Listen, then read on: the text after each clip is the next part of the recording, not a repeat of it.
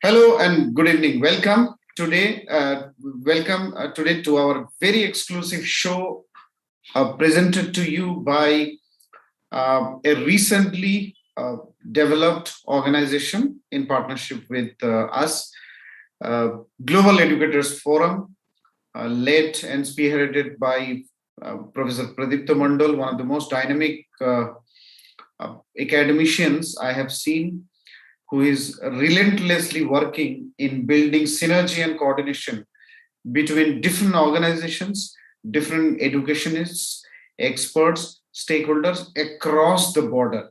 I found him thoroughly professional, energetic, and highly motivated by a cause. The cause that the theme line that we have decided today.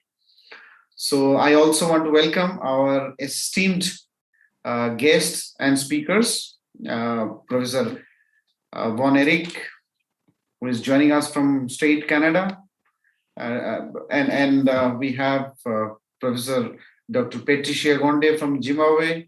Welcome to this beautiful program. And also we have Professor Dr. T.P. Shashikumar from India joining us. Other speakers joining us soon from UK, Croatia, France, Greece, and also let me also welcome Professor M.D. Shahriar Parvez from Bangladesh, again a nation which is very dynamic and future oriented. I think Bangladesh economy has shown absolute resistance, resilience, and growth path. The way it is taking towards development is wonderful, praiseworthy. It is only possible because of Professor Shahriar. Leaders like him, there are many such leaders who have come forward and has given very positive leadership to the country. Now, Global Educators Forum, in partnership with World Education Council and the Policy Times, we thought to bring a series of programs with our other partners as well, to bring educators from across the world, across the border in single platform, and brainstorm, understand the sensitivities, the issues, and build synergy and collaboration to work together. COVID has taught us a lot of things. I'll not go in deep because we can speak for hours.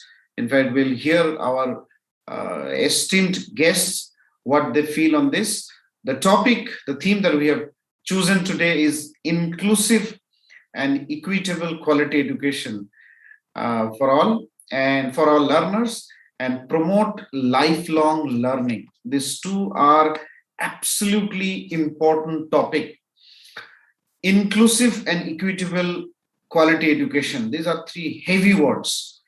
We first need to understand the objective or meaning or purpose of education. First, it is ever changing. The purpose, the objective, the dynamism of education is ever changing. Let us understand, why do we need to provide education to our kid?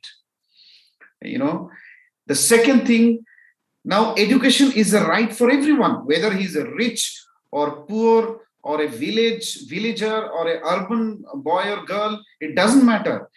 Every individual, whether he's an African, he's an Asian, he's a Latin American, European, doesn't matter.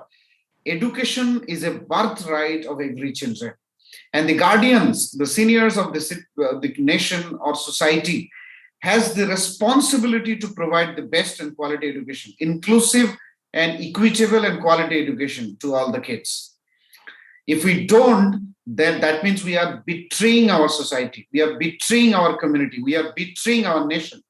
If Americans are literate and neighboring countries are not, it is the responsibility of America to provide education to others.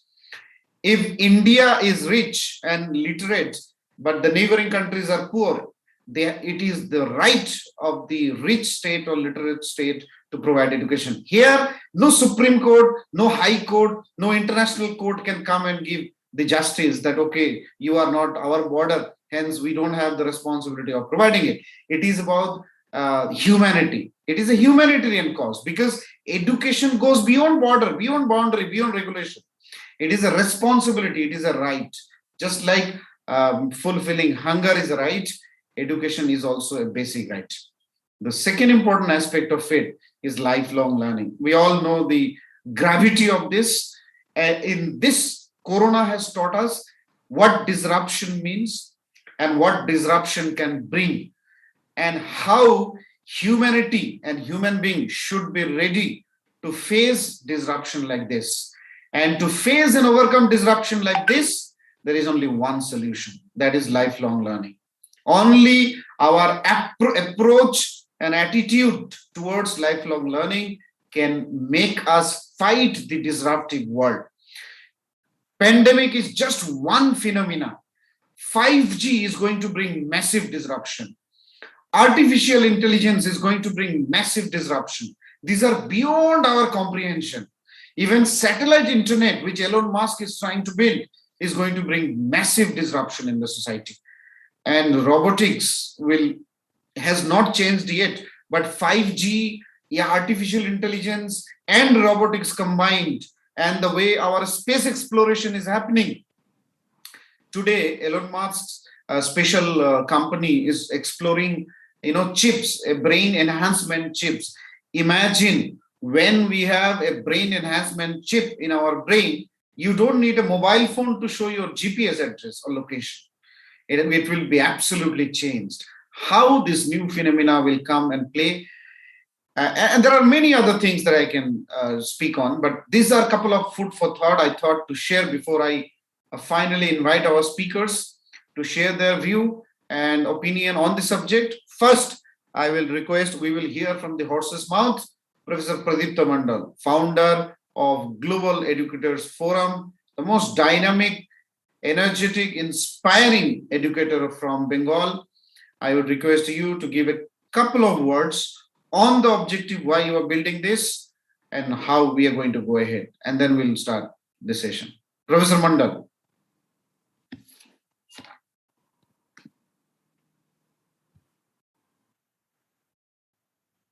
Yeah, are you there? I think Professor Mandal is busy in coordinating this. Good morning, good afternoon, good evening. Thank you to each and everyone to you for being here with us.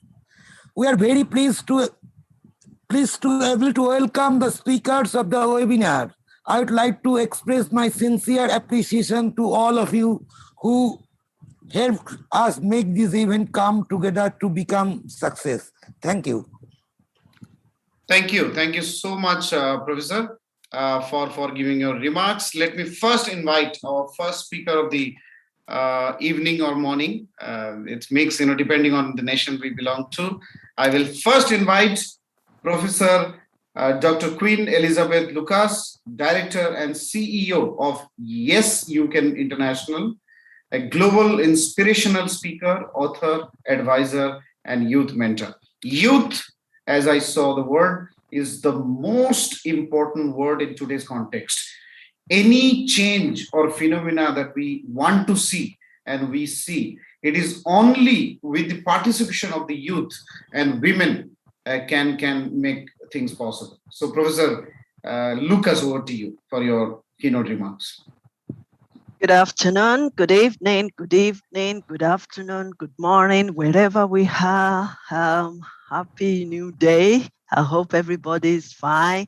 Thank you so much for your introduction, Dr. Akram Ok. If I get it right, because I'm still learning all these new names. If I'm going to be international, I have to keep learning and keep socializing. So thank you so much. I also want to express my gratitude to Professor Mandel, for the founder of Global Educator Forum.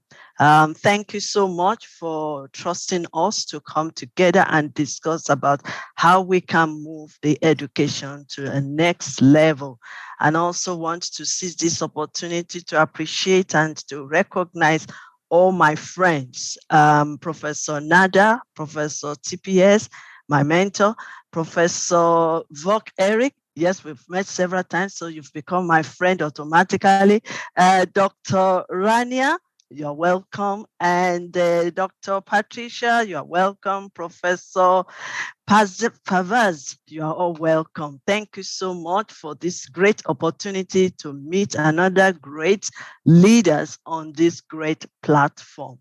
Thank you so much. We are talking about ensuring inclusive and equitable quality education and promote lifelong learning opportunity for all. I like the latter bit of it, lifelong learning opportunity for all. Who are the all?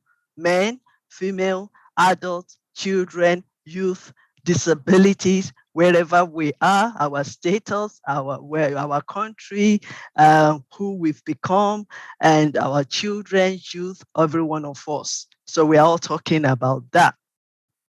Okay, gain knowledge and use wisdom for everything is very essential, especially this time that we are all talking about sustainable development goals. For us to meet that in our education, it is very important that we gain knowledge and use wisdom for everything. To show the evidence of your learning is to apply wisdom and experience and principles, serve purpose in our lives. And to make a change, knowledge is required.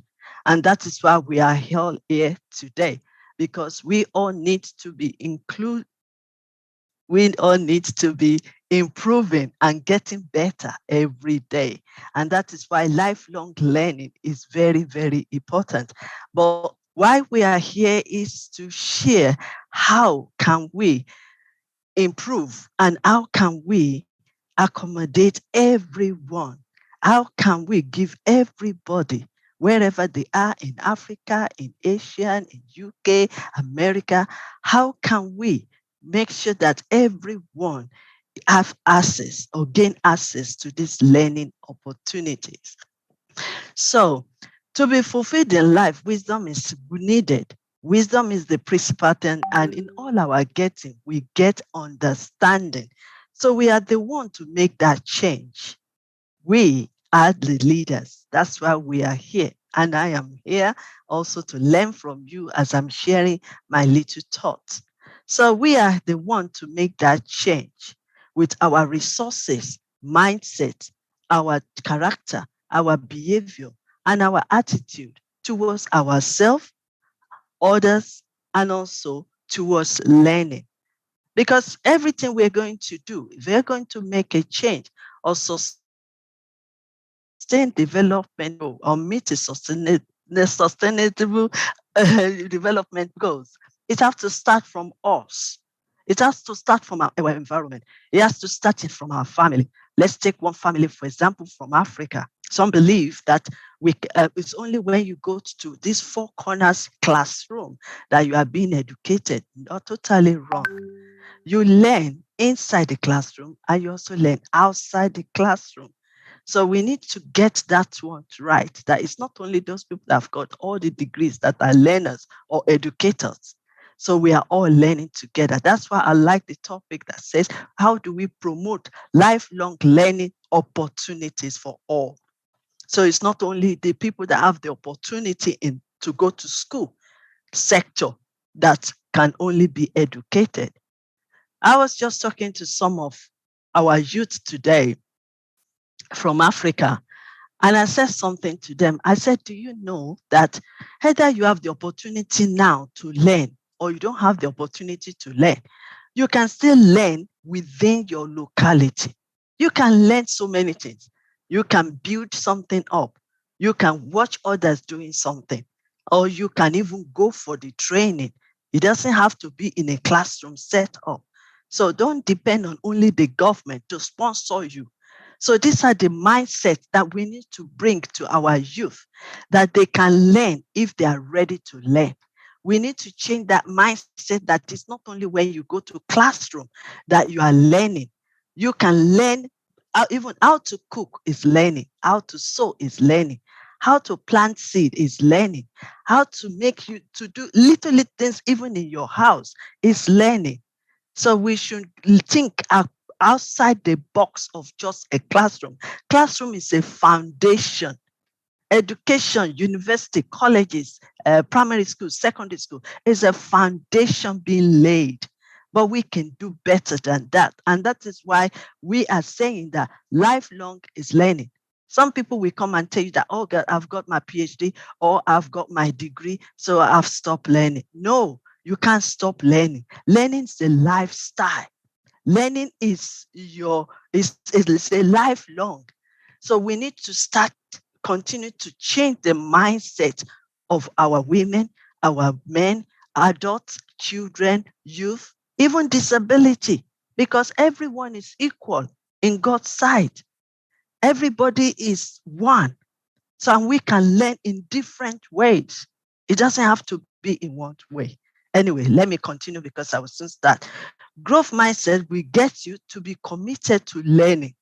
Like I said, if our mindset is renewed, if we have the growth mindset, and if we understand what life is all about, and if we understand what lifelong learning is all about, then we can also gain and renew our mindset to say there is also opportunity to learn every day of our lives. So renewing mindset is very important, and it will make us to improve ourselves. We make us also to know life, because it's not only just the topic. It's many things: life skills, personal development, moral values. All these things, we need to cultivate it in our learning. So it's not about chemistry, law, physics, or chemistry, or biology, or history. We have a lot to learn. So we are not limiting our knowledge to just what we're being taught in class. Somebody can be a doctor and at the same medical doctor, and can still learn how to trade.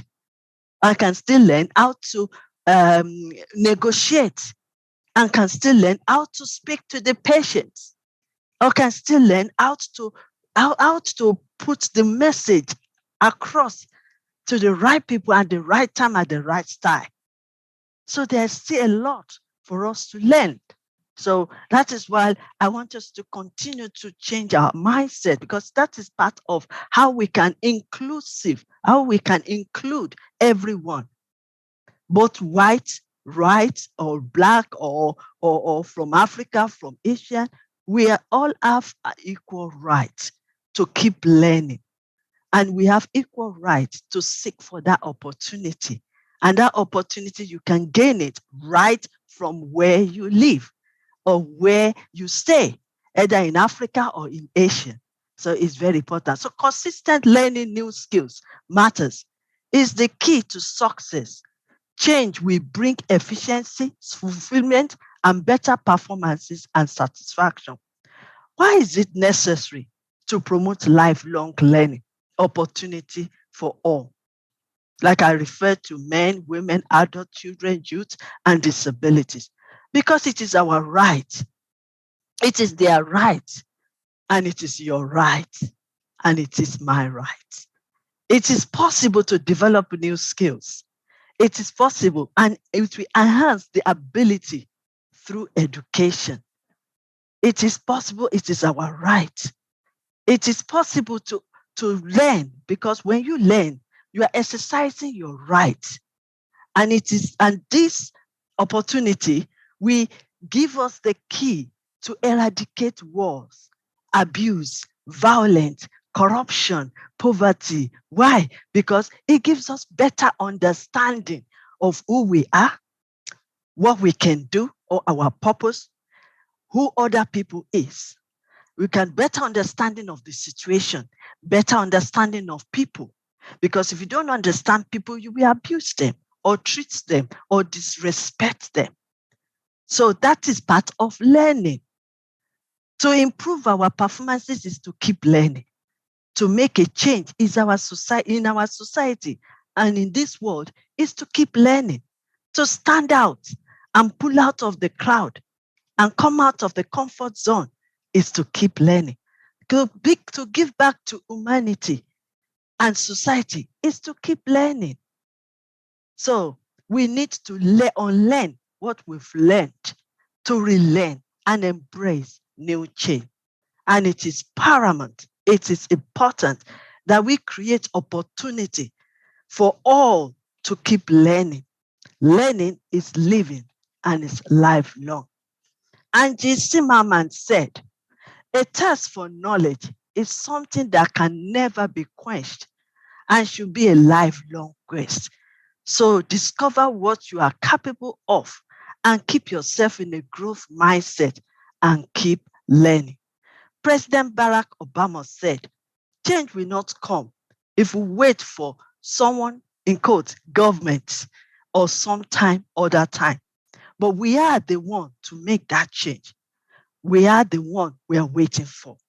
And we are the one the world is seeking to make the change in our learning system and education. So change is needed. And without change, mindset, there will be no change. And without change, there will be no progress.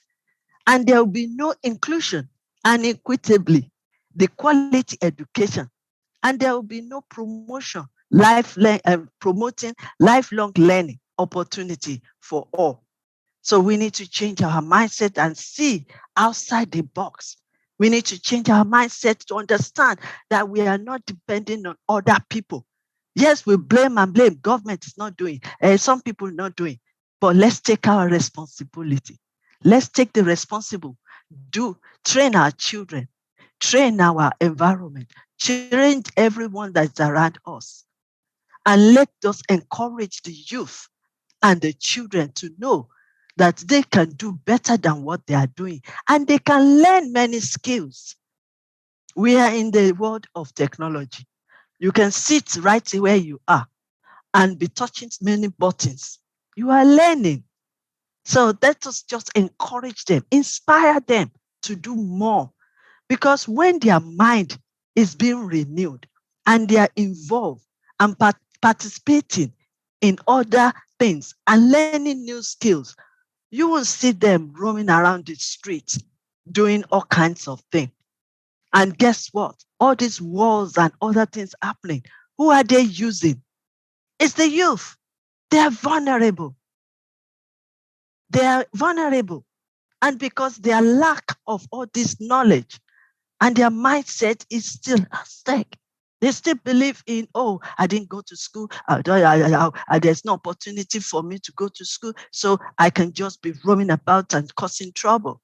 But if we bring them together, help them with their mindset and change and help them to understand better what life is all about, I believe that every one of us on this platform, we can make that change. So in order not to speak too much, let me also say this. I seize this upon to praise few organizations and institutions like Success World, founded by our Queen Nadia, and another organization called International Intensive University. They've started, and that is our wonderful honorable Dr. Petru Pandi. Yes, he had that vision. That is what we are talking about. He had the vision, he established it. Queen Nadia had a vision, he established it. But we still need more people to join hands together and let us promote this lifelong learning. And you know what is beauty about it? They made it free. So yes, in every corner of the country, everywhere in this world, there's still some people still thinking, I don't have money, so I can't learn. There's still some people that they don't see this opportunity. How do we do it? Let's join hands together and promote ourselves, promote our institution, promote our organization, promote what we are doing, so that every corner of this world, we see it and they will benefit from this opportunity. So the question is, are you ready to renew your mindset? Because it does start from us. Or are we ready to help others, especially the youth, the women, even in their own marital home? They can still learn a lot. I learned a lot, and I'm still learning. So are we ready to renew our own mindset? Also to help others people to renew their mindset, to be educated and empowered, to become role model and inspiration to our students, our youth, our women, our men, even those people that are with disability. Are we ready to come out of our comfort and support them? and let them see the opportunity. Are you ready to shift and make new direction? Reposition yourself for this change. Remember, it is not too late to reposition yourself for change. And it is not too late for us, we leaders, to learn new skills. And it's not late for anybody out there, either they are 80, 90, 70, 60, 50, 40. It's not too late for them to learn new skills. So let's remember that. Are you ready to recognize new opportunities like success words, like you are presenting? Are we ready to see more and also to present it to our youth, present it to our women, present it to people with disability? Are we ready? A leader is a person who influences a group of people to achieve a particular goal. And as a teacher, as a mentor, as a leader, we all are leaders to make that change, particularly a particular goals, and also to help other people out there. Everything will start from us as a leader. Are we ready? So with this, I will say thank you so much for inviting me. I'm Dr. Elizabeth Lucas Afolalu from United Kingdom, the founder of Yes, You Can International, and the author of a book called Yes, You Can. Let's say yes, you can to all the young ones out there. Let's say yes, you can. They can achieve, they can become, they can succeed. Let's lift them up. Let's wake them up and let them know that there is greatness in them. Thank you so much. Thank you. Thank you so much, Professor Lucas. Wonderful. And there is a famous quote by Shiv Khera in India. In his book, he famously writes that if you think you can, you are right. So it's all about the belief system. It's all about thinking. It's all about the attitude. So the very basic difference between a winner and loser is the winner thinks, yes, he can. But the not so winner thinks that, okay, it may be difficult. I may not be the right fit. Now, moving ahead, we have Mr. Von Eric Tandok, DTM, distinguished Toastmaster, international inspirational speaker, coach, mentor, author, and facilitator, trainer, joining us straight in the morning from Canada. Mr. Eric, over to you for your keynote remarks. Please unmute yourself. Yeah, you need to unmute yourself. Okay, yeah. Thank you, sir. Can you hear me? Yes, loud and clear, sir. Please go on. Thank you. Thank you very much. 8 speakers, 8 countries, 1 team. I'm honored to be here and see my friends sharing the virtual stage with them. But first, let me allow to say thank you to you, Sir Akram and Professor Pradiptal, for inviting me here. It's really an honor. So, education and learning for all. The theme, ensure inclusive and equitable quality education and promote lifelong learning opportunities to all.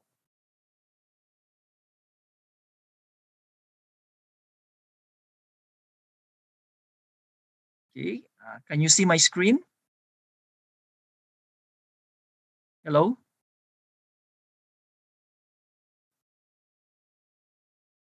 Okay.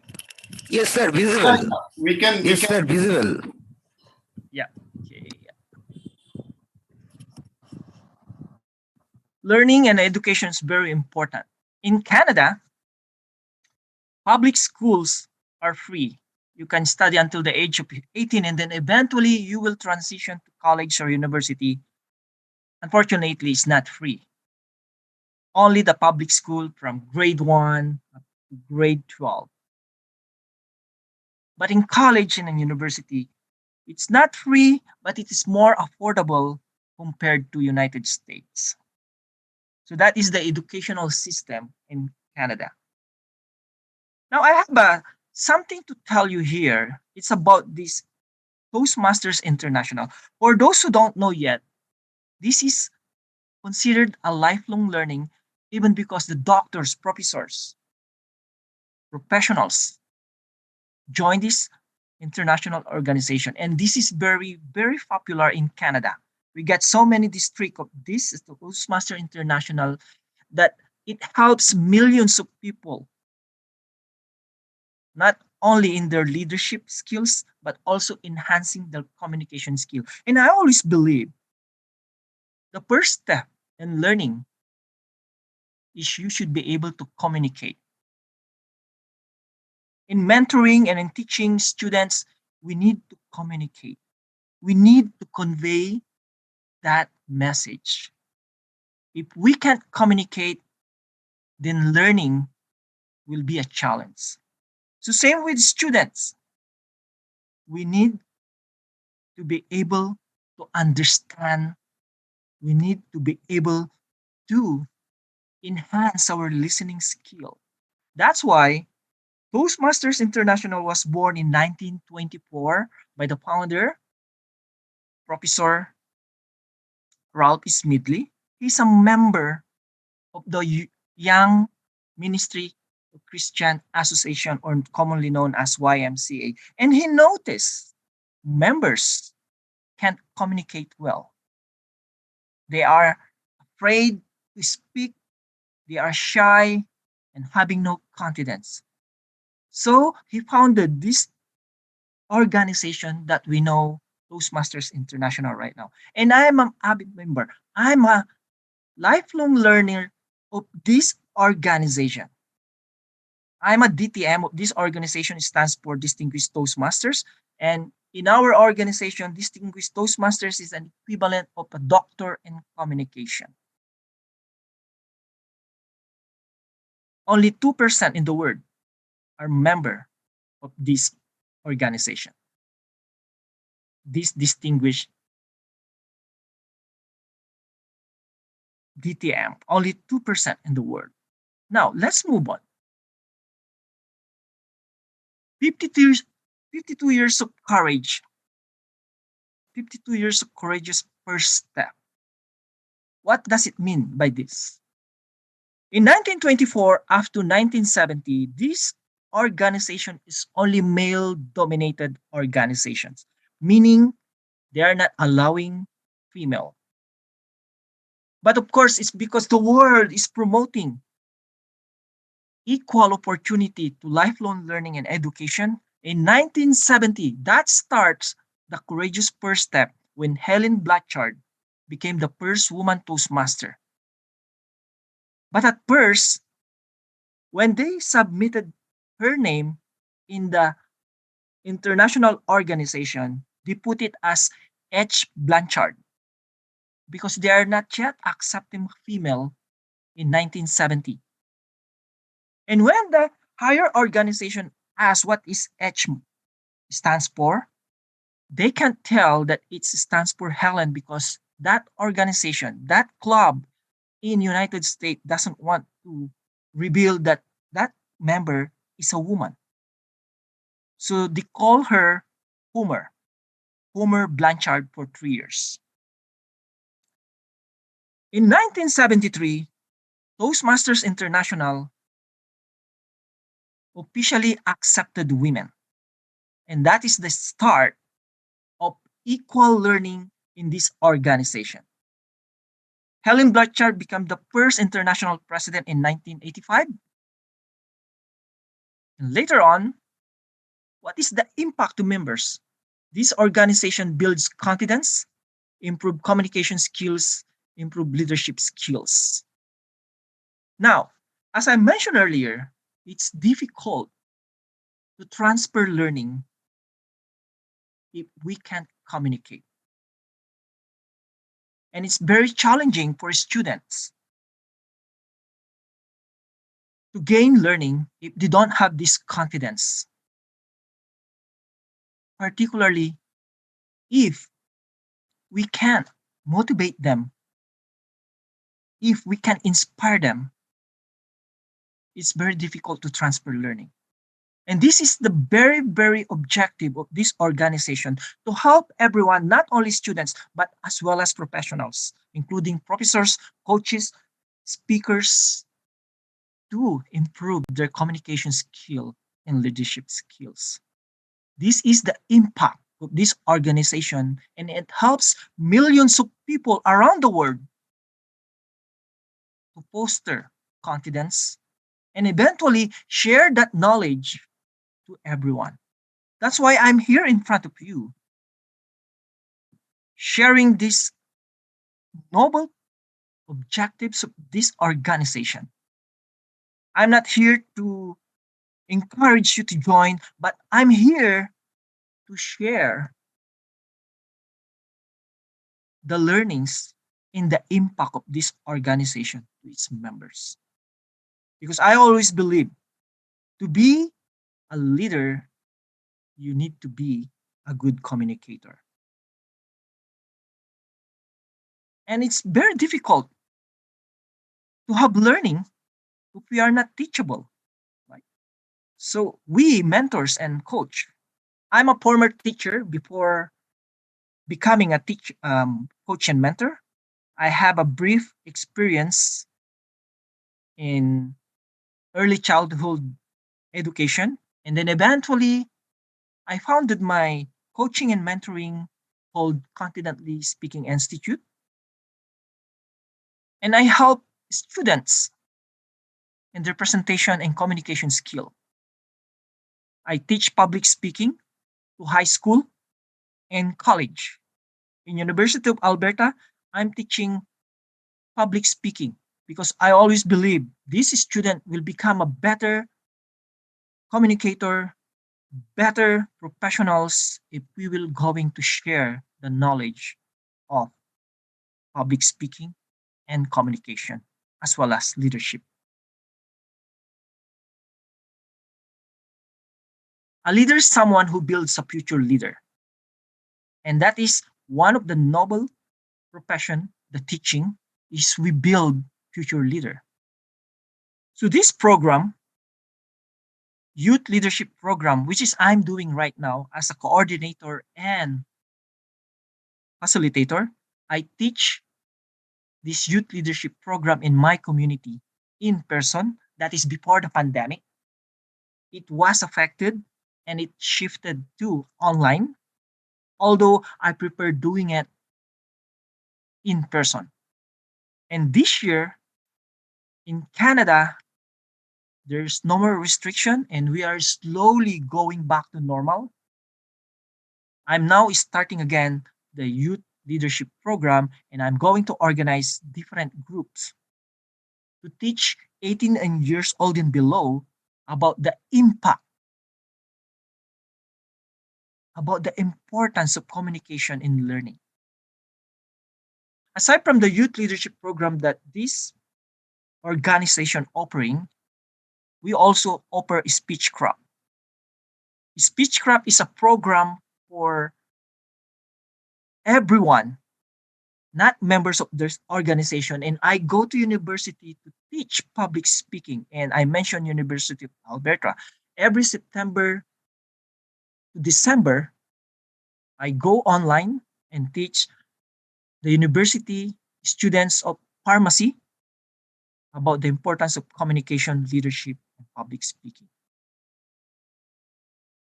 Also, Toastmasters International, we have the annual World Championship in Public Speaking.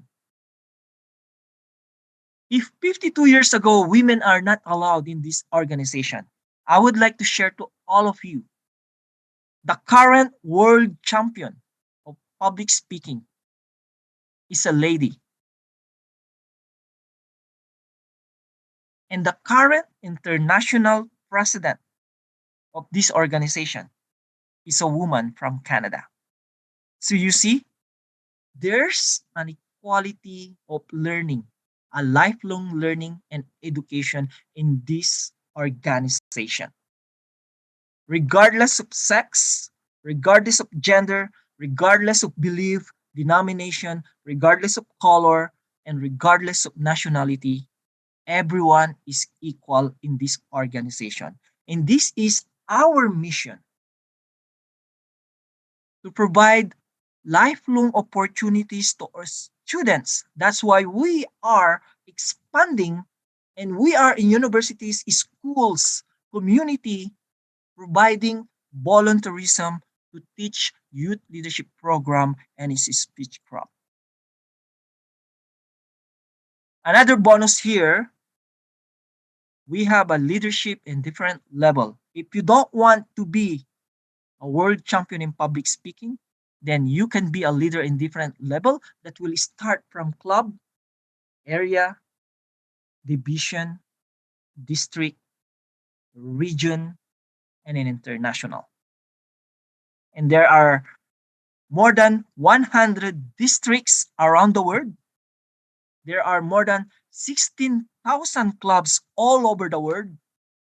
And I'm starting another club in India. I'll be the club mentor of this club once we are chartered. And yes, there are more than 300,000 members of this organization, and it helps millions of people. And these people who were once part of this organization, they became professionals in their own field. They became coaches, they became mentors, they became doctors. They were able to improve their communication skills so that they will be effective in their own professions.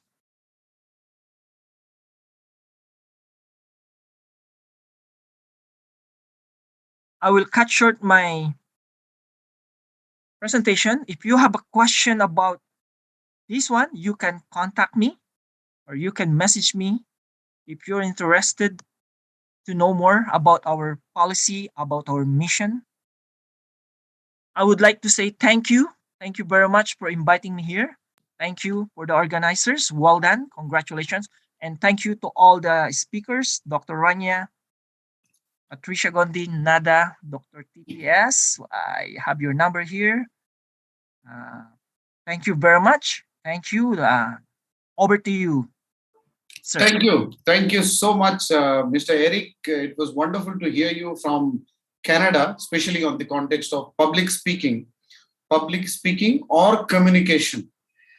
Communication is backbone of everything, or professional success in a very simple sense or generic sense we can talk about. And I think you focused on how communication or public speaking is an integral part of the modern education system or modern day learning. I think that is the lesson that I got from it. So now moving ahead, I have Professor Dr. T.P. Shashikumar, who is a life mentor, educationist, space scientist, a motivator, a writer, and again, a public speaker. I would request Professor Shashikumar to kindly deliver your keynote remarks.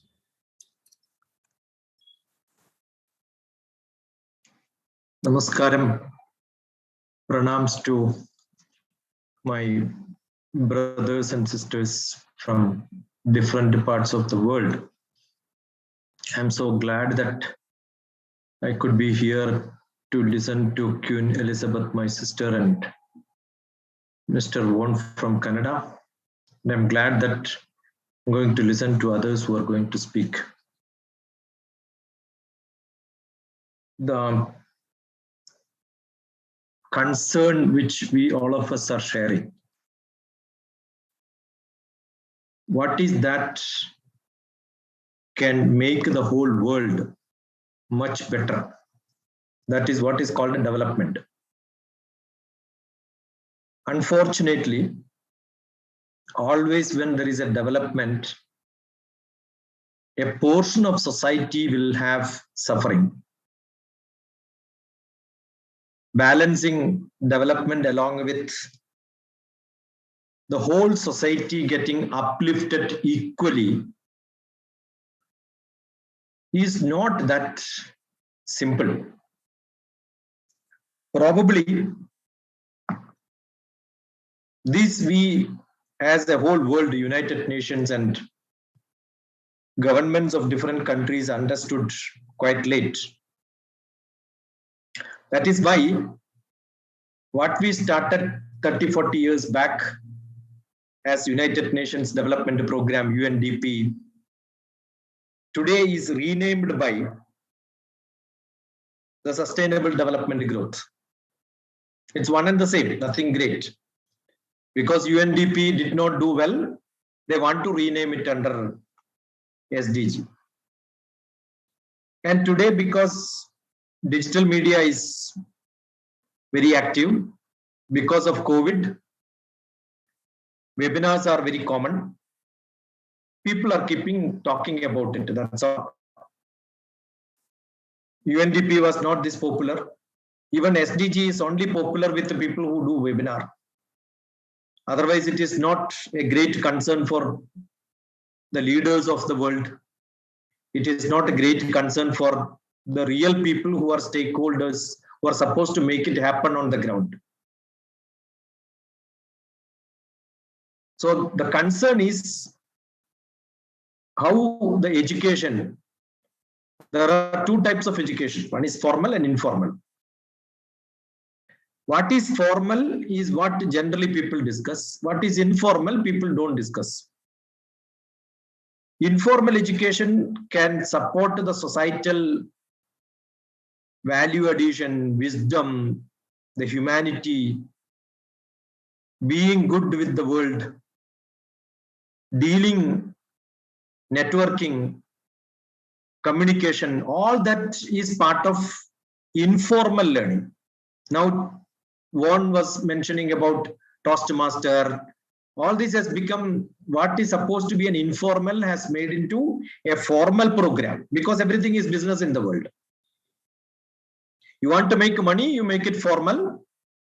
Otherwise, who taught communication? You know how to talk to people. Otherwise, if you don't know how to talk, you are not a human being. And it has become so low level today. People are more concerned about communication skill because quality education is missing. That is why it has become. People have become communicators, but content is not there. Not what is to be communicated, looking at what is in front of you, who are all the people who are listening to you. Without the context, if you speak, you are a good communicator, but quality of communication is less. That is actually hampering. Probably that is the reason the teaching, education, the communication in the class is happening. Classrooms have become reading textbook, completing the syllabus, finishing their job. So education has happened. But what did not happen is learning. Why learning did not happen? Because people did not understand the content. The essence of the subject is not understood by most of the people. So there is a great dilution in education. The learning ability of people have lost because learning has become only for getting a job. The real interest in learning is lost. Blah, blah, blah, blah, blah, blah is good enough. And therefore, people thought a good communicator is a good teacher. It is not at all true. I am so glad that in the chat, Muhammad Rahban asked a very beautiful question. How do education become much better? How do the teaching methodology becomes much better? You have to take a real life problem. It is not something new. Don't think that the problem dependent learning is something new. Nane's principle, which is the basic technology of teaching methodology, which is the base for learning and teaching methodologies. Understand your audience, understand your students. Therefore, class should start with a lot of questions. How many teachers are doing this in the classroom today? Check their background. And then whatever syllabus you are supposed to discuss in the classroom, relate that with the real life problem. These are Nane's principle. Read if you are into education. Then you will realize you must understand the audience. What is the relevance? I don't know how many teachers are doing it. Suppose such teachers who are practicing what is practically possible. Real life situations are taken. So that I am a mathematician. When I speak mathematics, I don't speak mathematics. Because mathematics is only a tool for explaining other sciences. So I was teaching engineering college, mathematics, how many years back? Almost 40 years back. When I was teaching that, what examples I have taken? I have taken when I go to an engineering college with electrical engineering, 30 years back. When I go to an engineering college, 1986, almost 36 years back. So when I go to an engineering college, electrical department, I take examples from electrical engineering. So if I don't take the real life problems, so what a beautiful question in the chat box. If I don't read that and then give a blah, blah, blah lecture, which I have prepared, am I doing, see, this is what is required. Communication is, look at what is that people want from you and connect to them. It is nothing new. Again, don't think that the quality education has come today. Inclusiveness has come today. No, it is not at all true. This is partly, once upon a time, traditionally, India was a hub for education. In BC, before Christ, people from different countries used to be in India to learn. What was the methodology we used? Acharyat Padamadate. A practitioner of knowledge is one who practices by himself. If I have to be a teacher of a subject, I must practice by myself. What a great message is that. Acharya. Such people, when they teach, how much knowledge is transferred? Only 1/4. If I know 100%, my student will be able to get only 25% for me. Communication skill. That much only can be there. Because I have a limitation of the language which I can speak. To convey my feelings, I have to use language. And there is a limitation for the language. Padam Shishya Somedhaya. The students have to understand and learn by themselves. How do you learn? In my childhood, when I want to learn, I have to refer to books. There was no library in my village. Today it is very simple for children. Those who are connected to internet, they can check. But understand the whole world, only 20% of the people are using internet, computers, telephones, any apparatus for connecting and getting knowledge. And out of which only 4% of the content is useful for education. And we are talking about inclusiveness. The connectivity in Africa is 20%. I was trying to connect to most of the volunteers, leaders from Africa for many sessions. If I get 90 people in my WhatsApp group, only 10 people can join because 80 people have a problem in data connectivity. India itself is only 46%. American connectivity is 70 to 80 to 90%. Depends on whether you are in north to the east or to west. Africa, central to the east, it is very bad. South Africa is a little better. So if you look at the whole world, inclusiveness, somebody can speak. Unless you have physical environment, the food to eat. I talk about Maslow's law, where you have got physical parameters, the life, sustainable life. What is sustainable life? You need sufficient food, sufficient place to stay. Now today, connected through internet is also part of your sustainability. We are only talking. Those who have got internet are able to talk.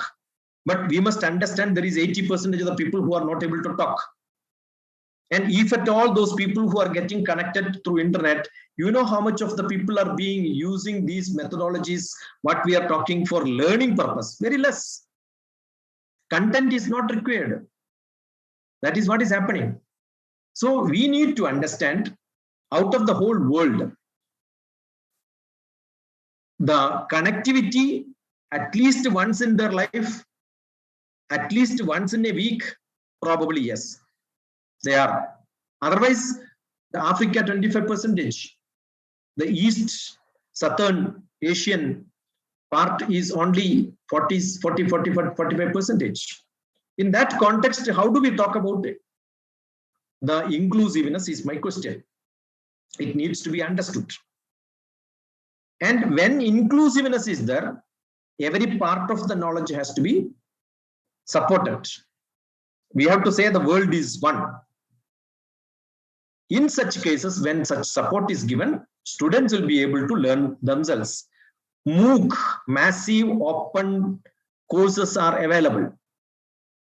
The whole world can access information from the centralized knowledge system, which is like a university by itself. Why is it not happening? Because the transaction methodology for teaching the subject to communicate that subject perfectly well so that the people can understand it, the teachers are less. The quality of teachers are very bad.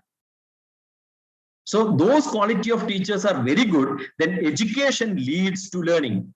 Otherwise, we have education. In this internet era, it is so pathetic. People are unqualified, literally useless, are being called as doctors, and they get doctorate from different universities which exist only in internet. People are being cheated. Today, I got from Gulf one of the requirement from one of the student who is in Gulf, who registered in a university in India. So what has happened? 2000 is the registration happened. Now 2022, not even first year examination, first semester examination has happened. Now the institution who is running the center in Gulf is trying to shift them from that to a private university. So I was asked to check how much validity this university has. I said it's a bogus university. It doesn't worth. You are being cheated by the private institute. So you need to be very, very careful, because what happens is it needs to be clearly understood where are we learning. Otherwise, you get a certificate. Learning doesn't happen. First is education. Learning is an internally understanding the things clearly by yourself. It's an internal process. I learned something so that it becomes, I have seen another question. So I'm addressing that, the value of learning and education. That's what I'm addressing. So students must be able to read and capture knowledge. And then there must be a group of discussion happening. Suppose I am with a society where I don't have people with whom I can discuss. I am not connected to the world. How do I improve my knowledge? There are no possibility for discussions. So first is from Acharyat Padamadate. From the teachers, you get 1/4. Padam Shishya Somedhaya. Self, I have to learn 1/4. Padam means 1/4 in Sanskrit.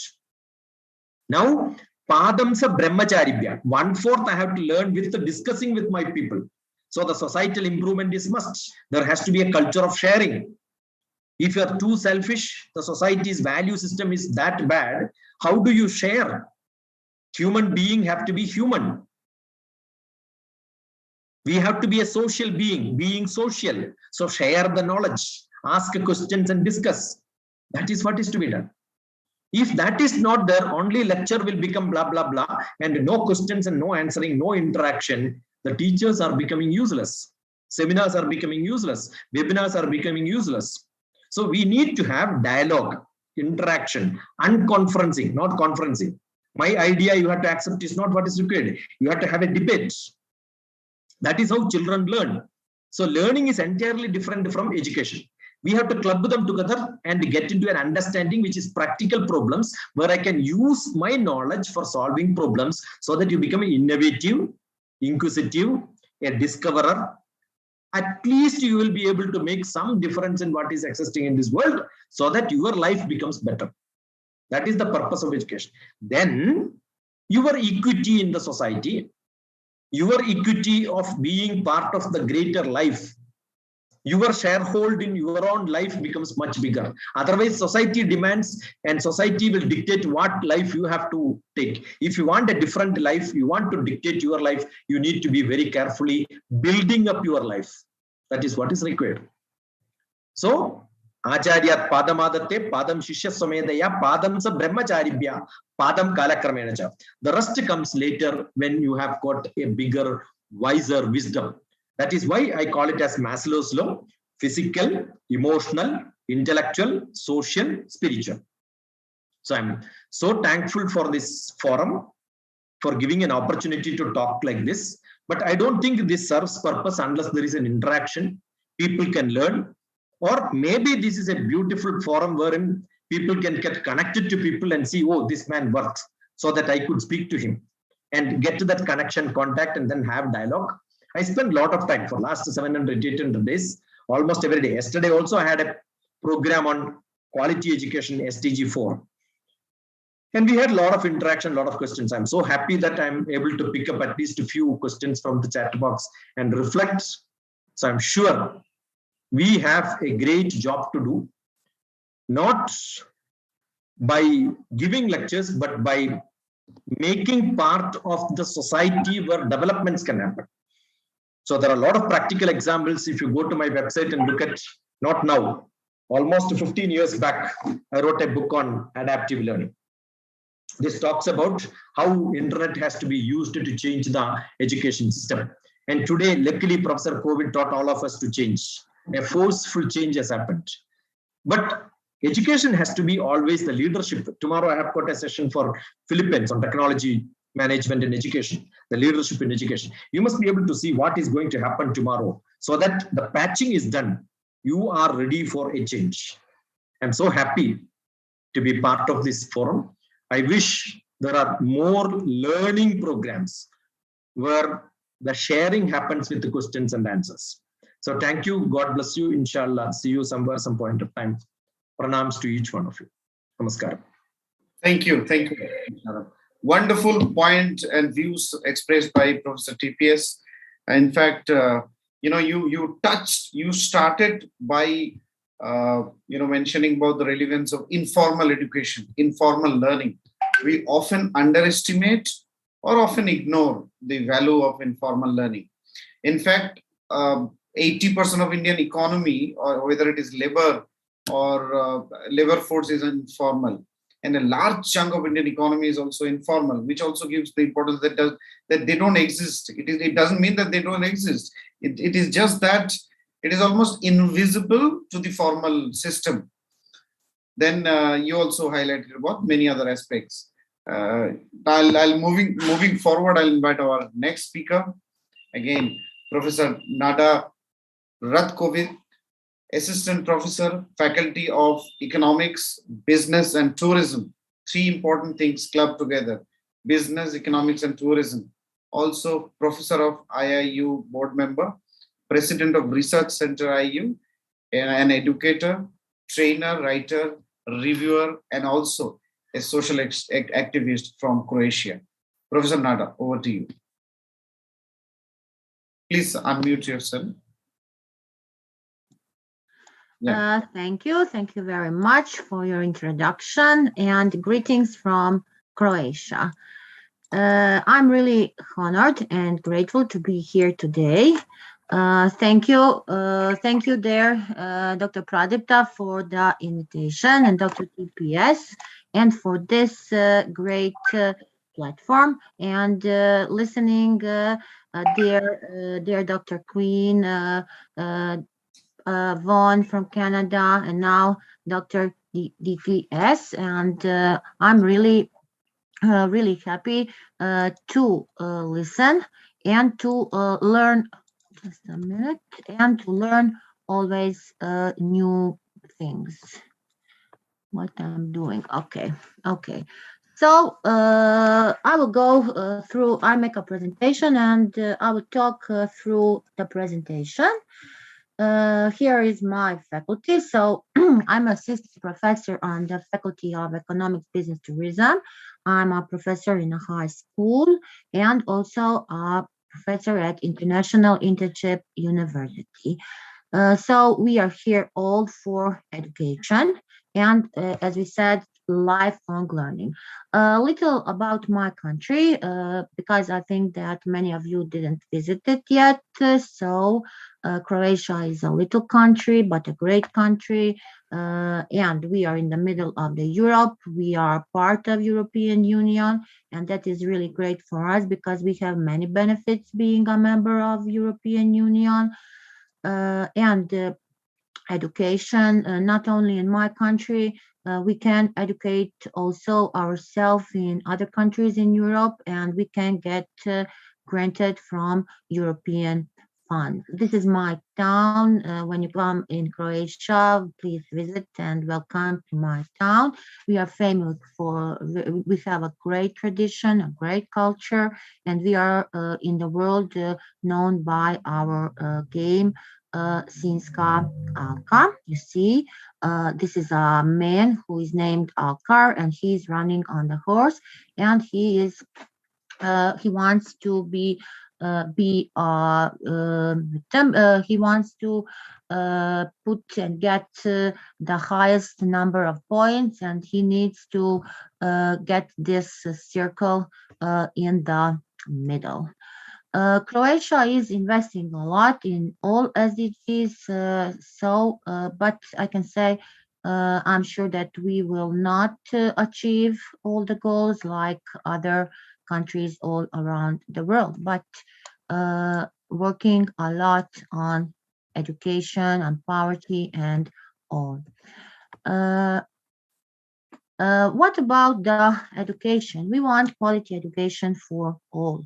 And if I'm really unhappy when I see many children all around the world who are not educated and who don't have a chance to be educated. So for all, education is necessary, and these targets all need to be achieved. What is quality education? Why are we here today? This platform, and as Dr. DTS said, today the situation with Corona make many new platforms, and as he said, people are going from the platform to platform, taking certificates, taking honorary doctorates. Did that really have a value? Is it a value to you? Did you learn on that platform for that certificate? I think that that certificates don't mean nothing if you don't learn something new that day. I'm a witness that I'm in many platforms, and I see many people who are at the same time on many different events, and then write in the chat, writing the name like he was participating that event. That is really sad. That is really sad because what that paper means to you. In my country, Dr. Van was talking about being a mentor. Yes, we have many courses about mentorships all around the world. Also, IAU is offering a mentorship program, a global training program, many programs. But in my country, to be a mentor, you need to have 5 years of experience, not only 5 years of experience in education. You need to have, I can say, you need to get some points, like example, 40 points to be a mentor, 5 years working and 40 points to be a mentor. And you know how you get that points. You need to improve the quality of education in your school. You need to improve the quality in your country. You need to make 20 lectures, like example. You need to have 300 hours of education. You need to run a massive open courses. And you need to work with students with special needs.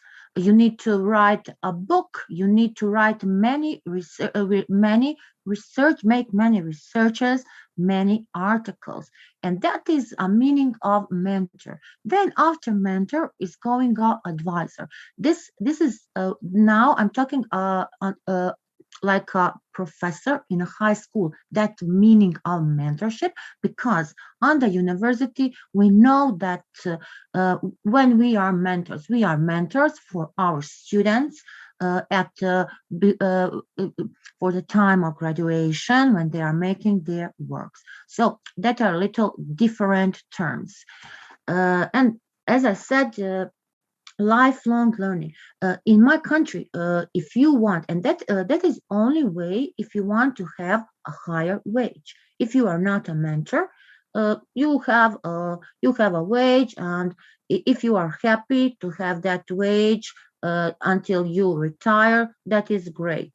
But if you want to have a higher wage, and if you want to give something to the education system, then you really need to work. You really need to work 24 hours by day. Like example, me, I'm working today. I'm not on the university, but every day I work in the morning at the high school and at the afternoon on the university. And then the night, I have the night for other things. So that is lifelong learning. And I want to show here, I will go little faster through this presentation, because while we will talk about the theory, we all know the theory. I want to show what I do with my students and what is important and why quality education is important and who is a good teacher, which skills do we need. So we need to brush our skills. We need to improve our knowledge. And that is only when we are learning during our life. That is lifelong learning. And all these 21st century skills, if we don't have, if we are not literate, if we are not ICT educated, we can't be a good teacher or professors, and we can't talk about leadership, we cannot talk about critical thinking, innovative learning, or no skills. We cannot talk about hard skills or soft skills. We need to use many tools in education to make a quality lecture. You see, like here for quality control, these are from statistics, histograms, Pareto, scatters, others, and how to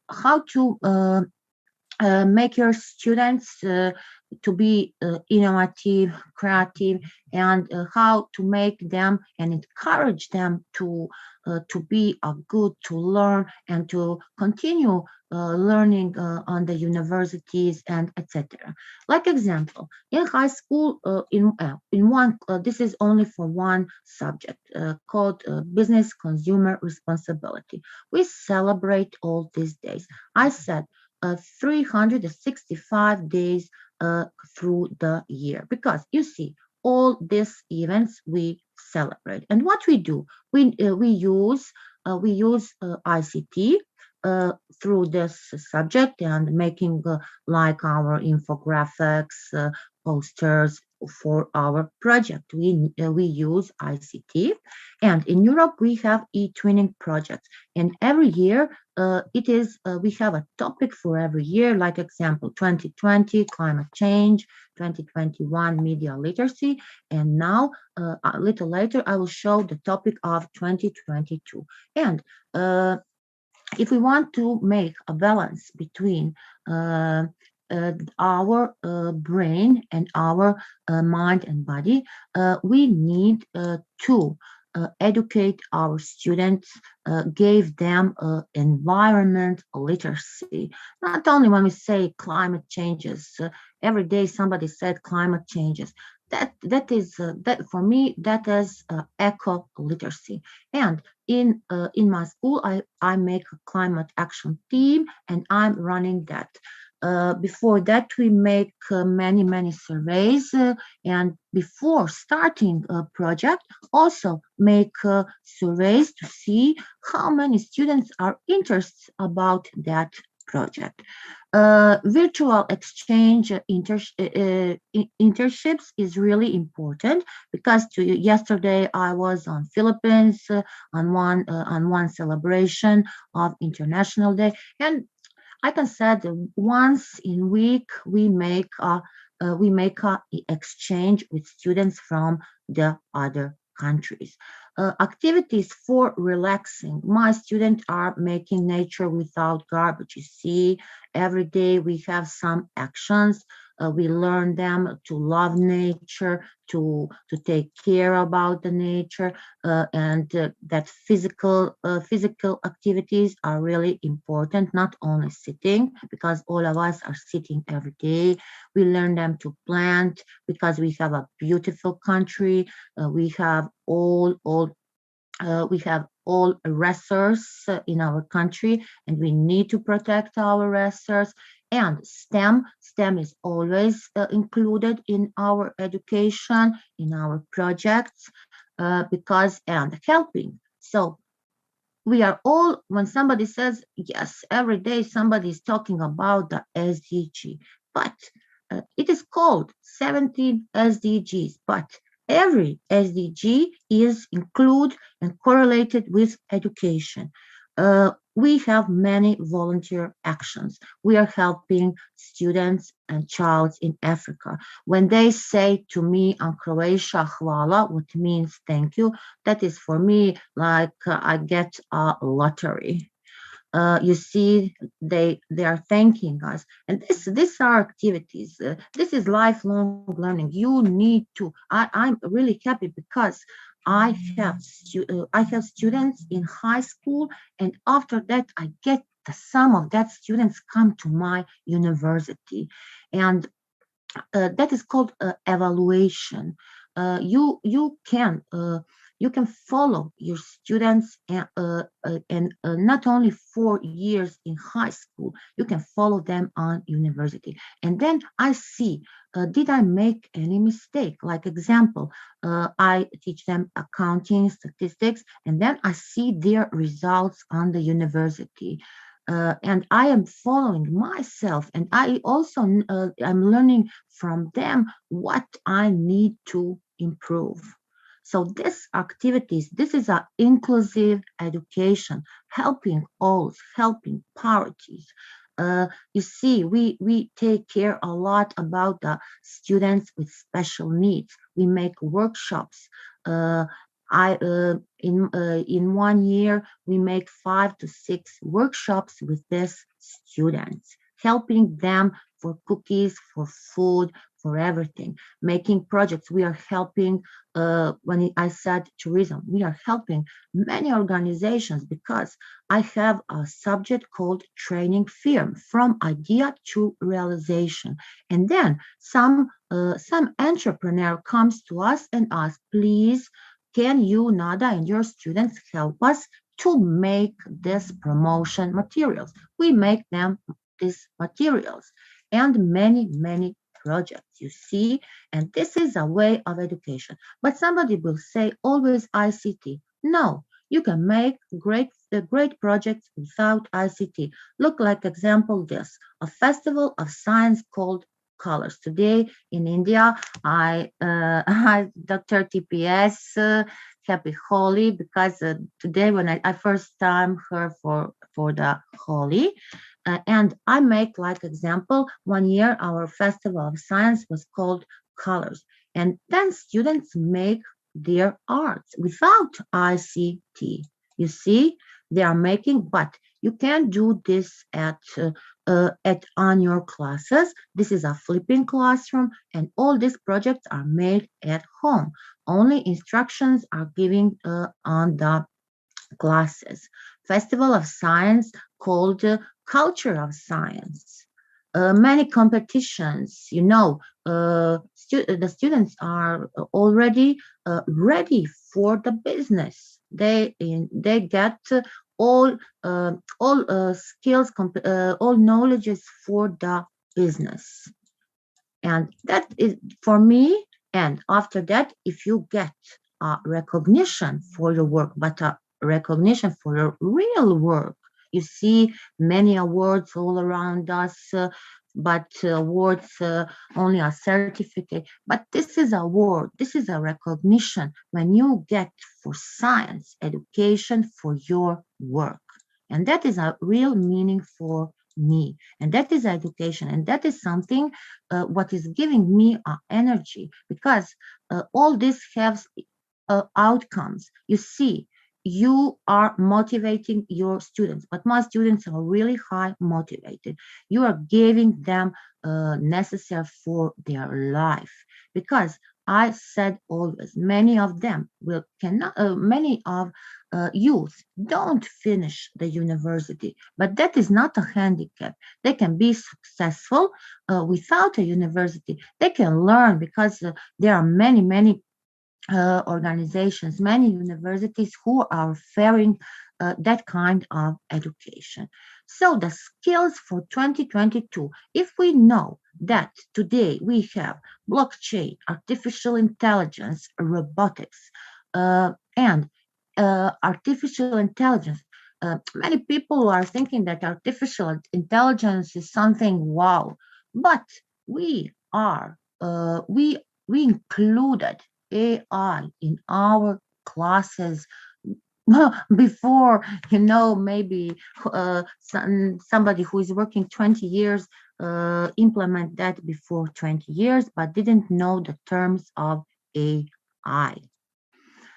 Here in Europe, I want to say this is something very interesting, because we are talking about quality education, education for everyone, inclusive education. In Europe, the topic of European projects this year is Our Future, Beautiful, Sustainable Together, a green and inclusive school. So here the students get an answer. What is sustainable development? Why sustainable schools, and why is that important? And the schools are like Bauhaus, like new European Bauhaus. I want to show it only for, it is a dream school.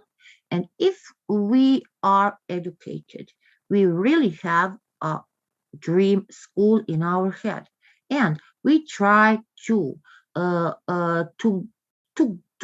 give our students to make and to say the dream school, because that is a way how we can be better, and how our education can be advanced.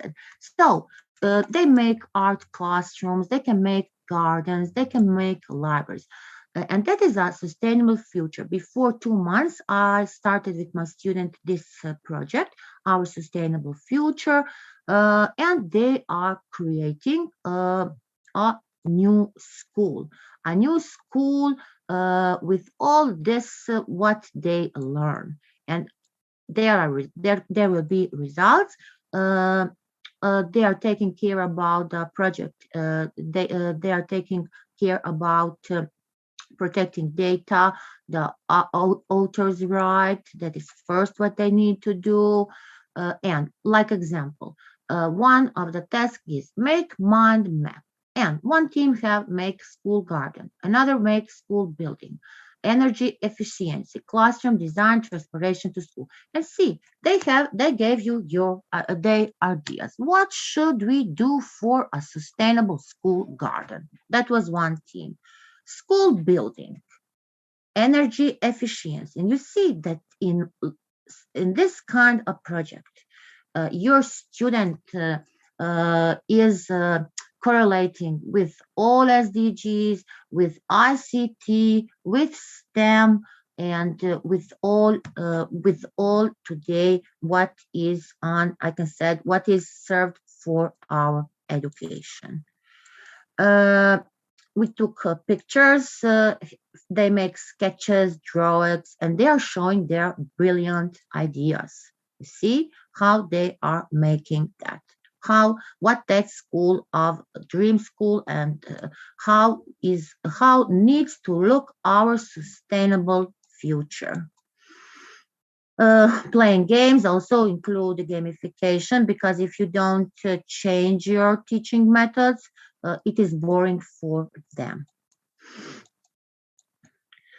So that is a sustainable school. That is a sustainable development. And that is for us because we need to every day improve our knowledge, brush our skills, and learn things that we don't know and that we need. And that is only the way. And all these platforms, and I want to say thank you for this great platform again, because we every day are sharing our knowledge, we are exchanging our ideas, we are learning new things. And for me, that is a lifelong learning, because yes, we all have many meal C, and every of us are going on the Microsoft's. I can say that many courses we are still attending, but this way, when somebody show you something new, when you hear something new, that is for me.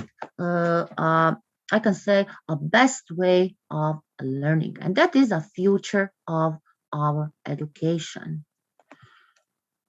So everyone can help, every one of us can help to make this, to meet this global goal. And we need to every day empower our students, not only students, we need to empower our colleagues, everyone. I'm coming from Croatia, and honestly, I'm on this global level, on these platforms now is 1 year.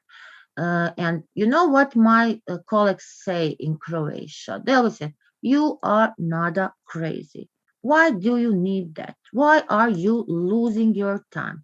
That is all honorary. Nobody is paying you for your time." But I'm happy. And I'm happy today. I was happy in my school because I know that today I will talk, I will meet my friends, because today here, Queen Elizabeth, Vaughan, uh, Rania, Dr. DPS, Dr. Pradipta, all here, we are friends, and like I said, we are a family. And only on this way, I know that the global education will be growing, and our students will be the students with a bright future.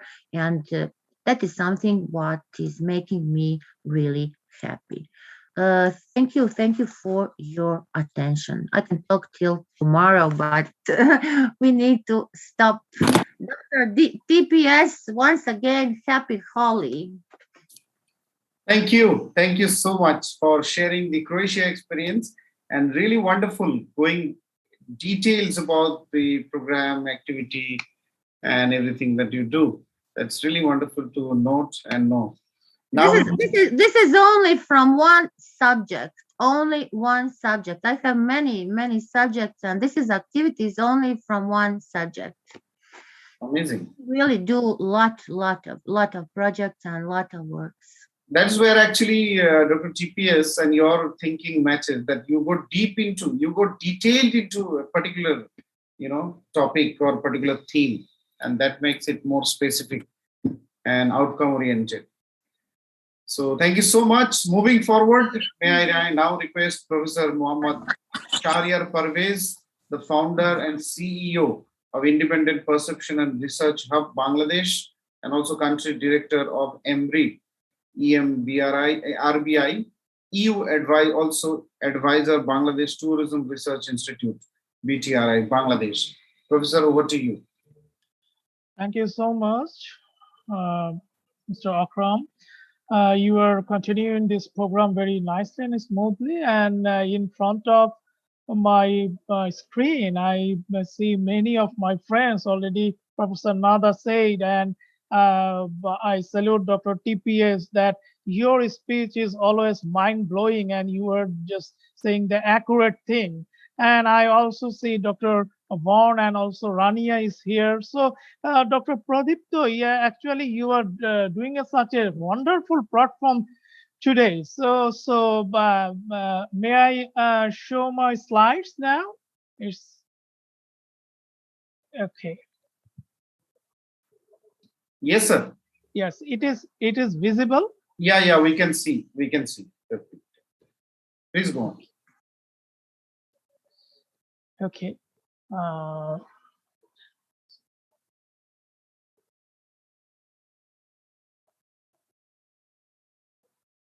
So today's actually the international webinar on ensuring inclusive and equitable quality education and promote lifelong learning opportunities for all.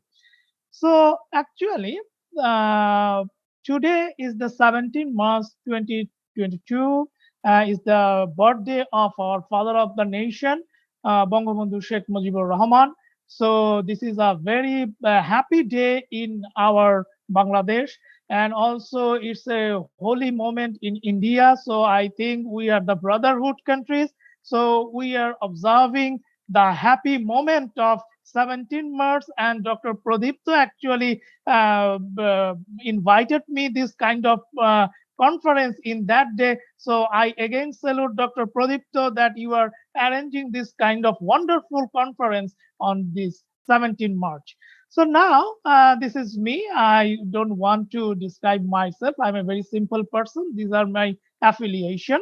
So today is the webinar or conference, and our peak point actually I am just blending some issue, that is the enable young people to achieve sustainable development in the light of the education, social and solidarity economy, because it is economic combining, otherwise it is not possible for sustainable development. And how can the education with lifelong if I will not get any job after my education? So I think this kind of education is valueless. Yeah, only certificates and certificates, it's not a meaningful thing so far, I think, because I always emphasize the activity-based learning education.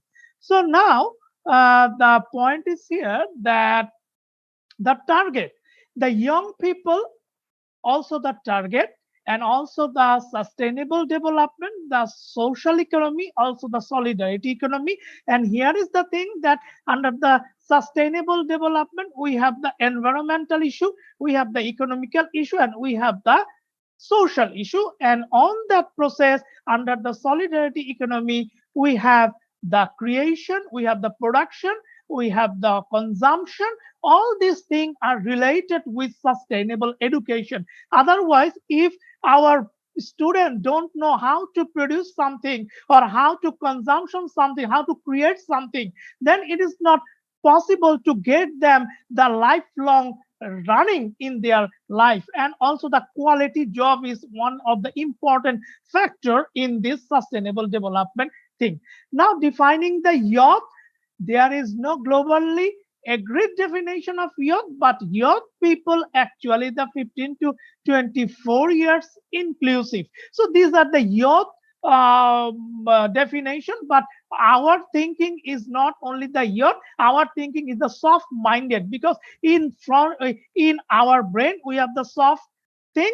So we are the teacher. If we not create or build up that soft mind or soft tissues in the strong minded, then it is not possible that how can my children will survive in the future. That is our main target. So a research by the Asian Development Bank and Plan International UK showed that more than half of the global youth population living in the Asia and the Pacific.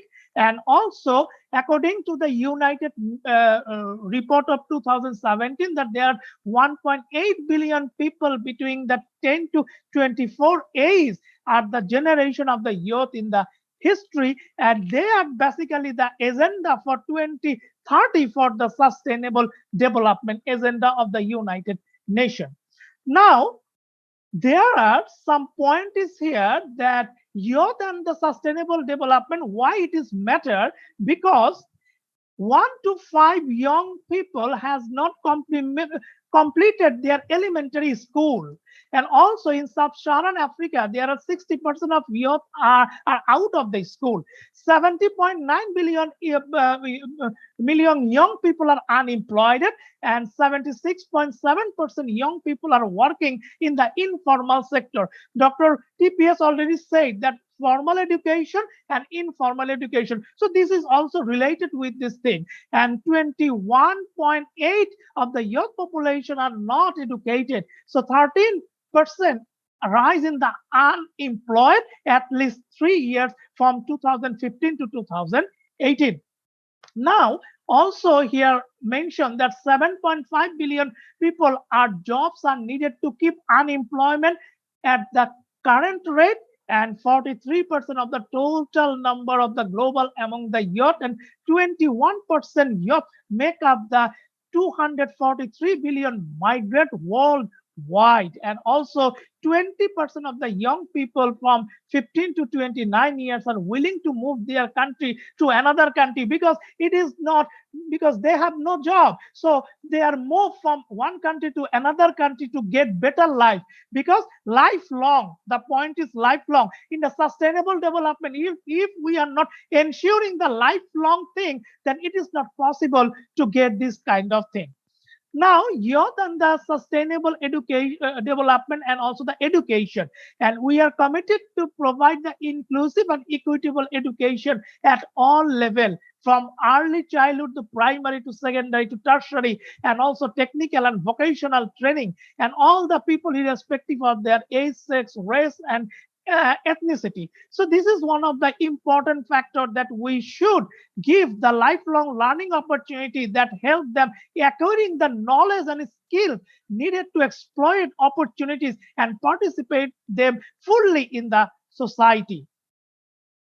Then these are the point actually invented by Professor Katrina in the 2001 for SDGs, that right to education, ability and accessibility, and also right in education, and also right through education. These are the main factors that how can we get the sustainable education in future.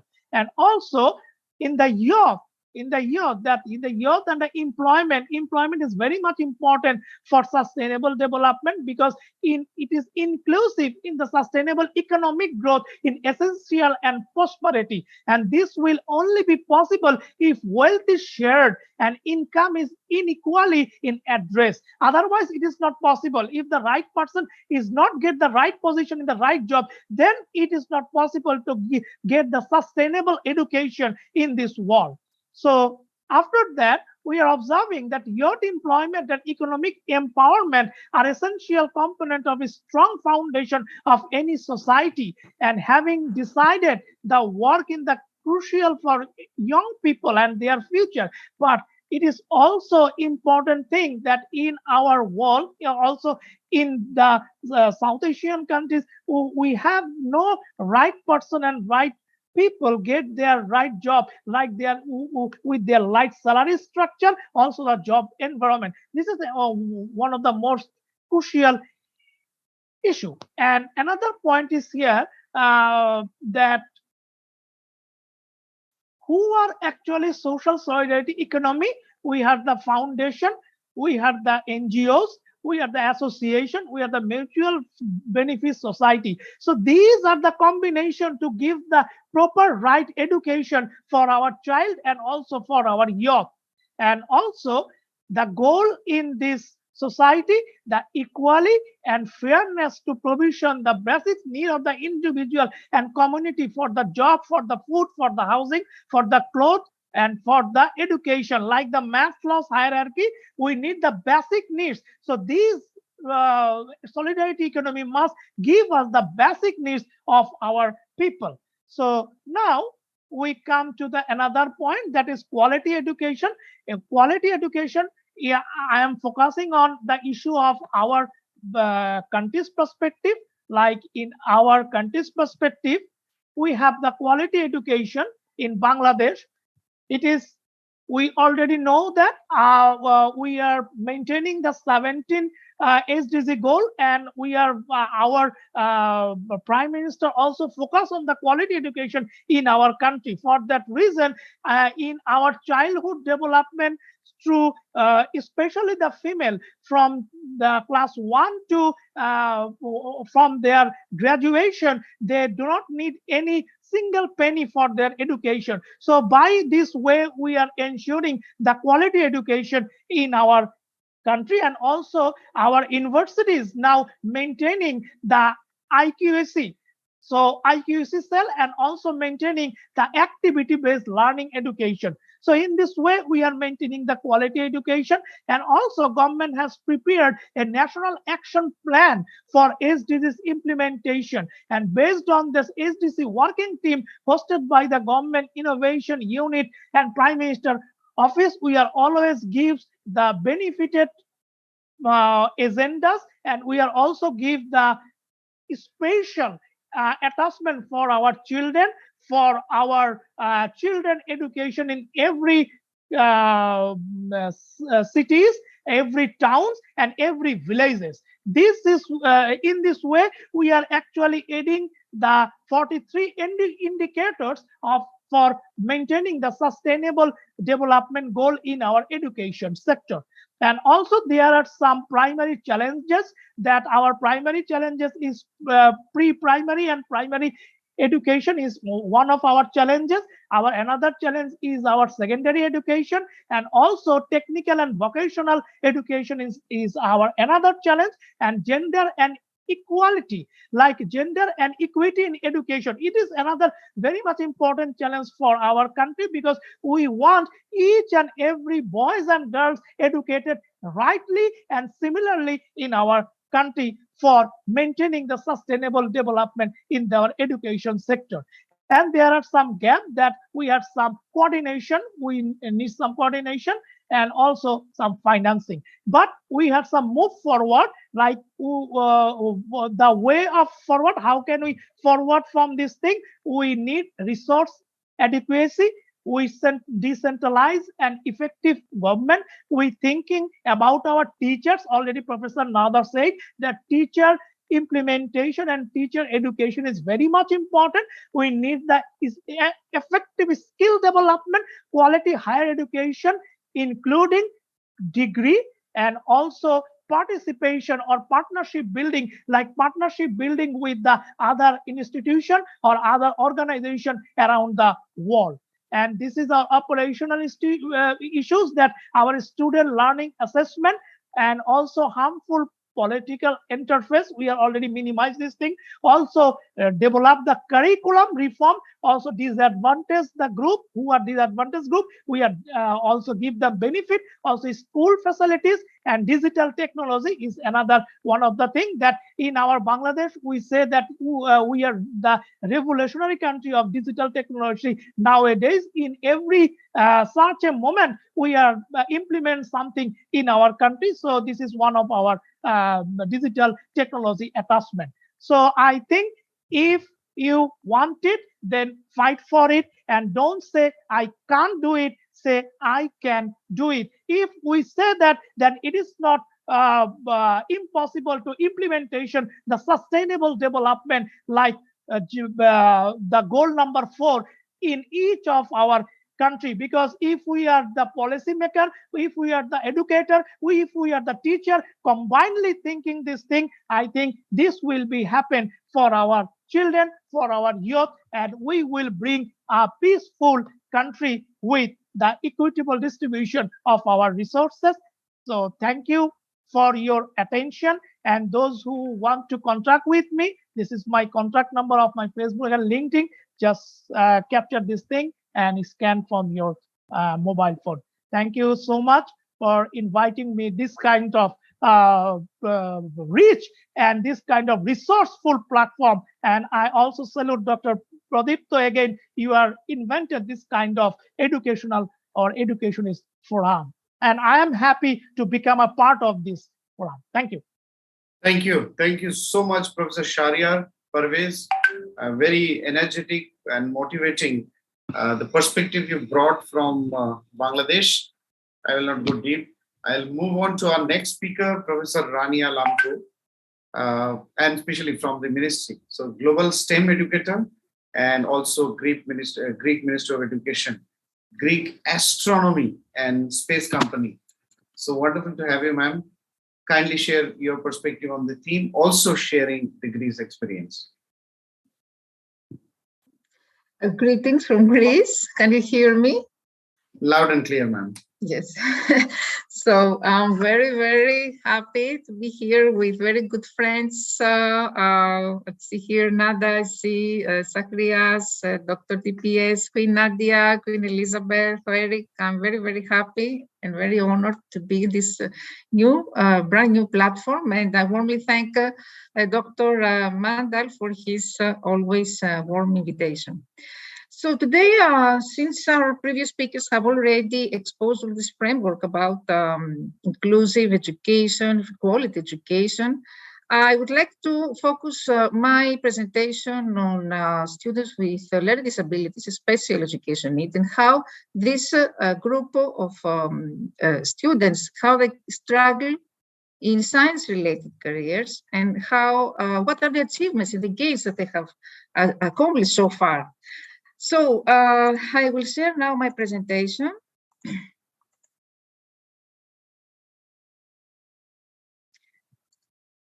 Can you see now?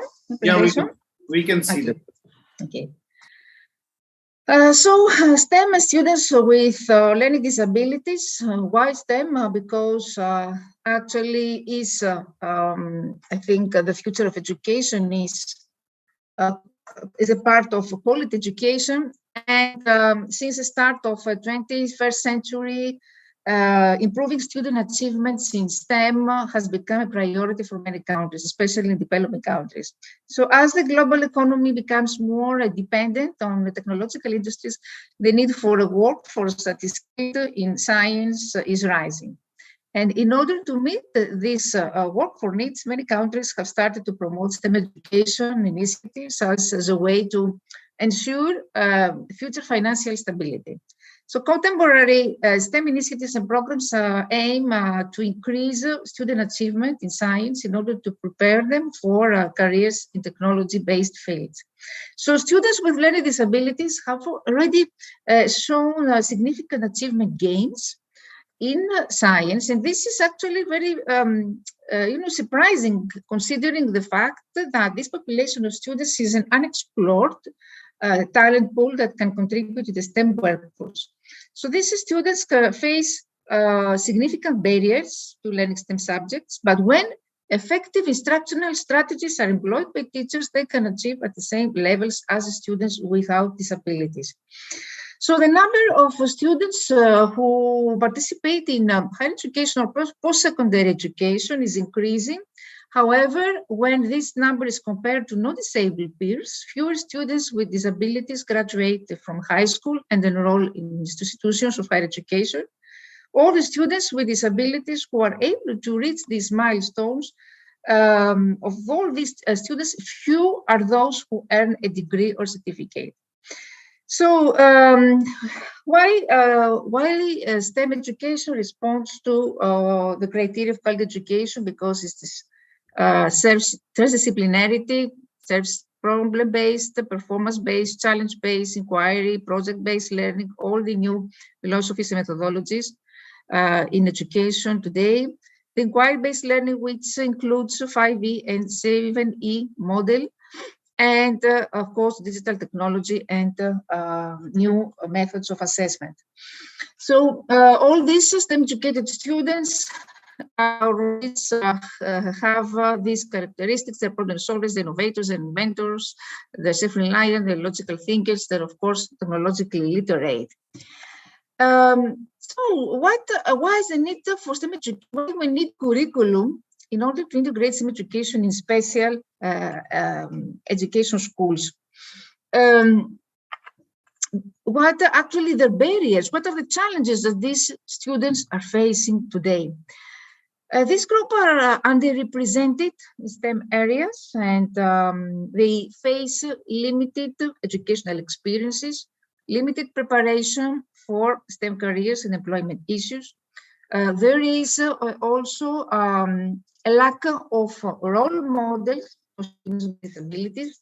Parent and teacher misconceptions that students with disabilities cannot be successful in STEM. This is a big obstacle, resulting in a lack of encouragement to take courses in these areas. And also, these students are not provided appropriate information or appropriate counseling related to taking advanced courses or STEM career preparation. So along these same lines, teachers' lack of knowledge and skills regarding how to include students with disabilities is also another barrier. And we can add also technical barriers, low participation rates, and also low expectations and lack of encouragement from influential adults, including teachers. And the lack of knowledge of educators usually about the content, the lack of knowledge, lack of confidence, of course, cannot, if a teacher lacks confidence, cannot inspire his student to advance its performance. And all the requirements of STEM content, which usually are big, and careers of the technology available to increase access to STEM content. Usually, we hear that parents and teachers suggest courses and careers others than STEM. And furthermore, parents view indifference by educational professionals and overall school cultures. So with these barriers, students with disabilities may not view STEM content or careers as obtainable goals and therefore are not prepared for post-secondary opportunities. Other barriers include inaccessible facilities, curriculum materials, computers, equipment, etc. Transitions usually are not very well planned for students with disabilities that seek to participate in higher education. Support systems that are available in high school cease after graduation, and usually many students with disabilities lack the self-determination, the college employment preparation, and independent living skills necessary to make successful transitions to adulthood. Why? Because we know that students, usually with disabilities, continue to live with the parents or in other dependent living situation after high school more often than their non-disabled counterparts. And students also with disabilities experience isolation as they typically do not engage in social activities at the same rate as their non-disabled peers. So this social isolation has a negative effect on personal, academic, and career success. Despite these barriers, the number of students with disabilities who participate, as I said before, is increasing. And however, we can see that these students, they have experienced far less career achievements than their non-disabled counterparts. They are more likely to be unemployed, they're underrepresented, they have a higher unemployment rates, and they have inaccessible facilities, curriculum materials, computers, etc. So as the students progress through school and struggle with all these situations, they develop negative attitudes. They develop negative attitudes towards STEM subjects because they face all these increasingly complex situations, and this situation may be text, may be structural materials that reduce their ability to access and comprehend scientific information.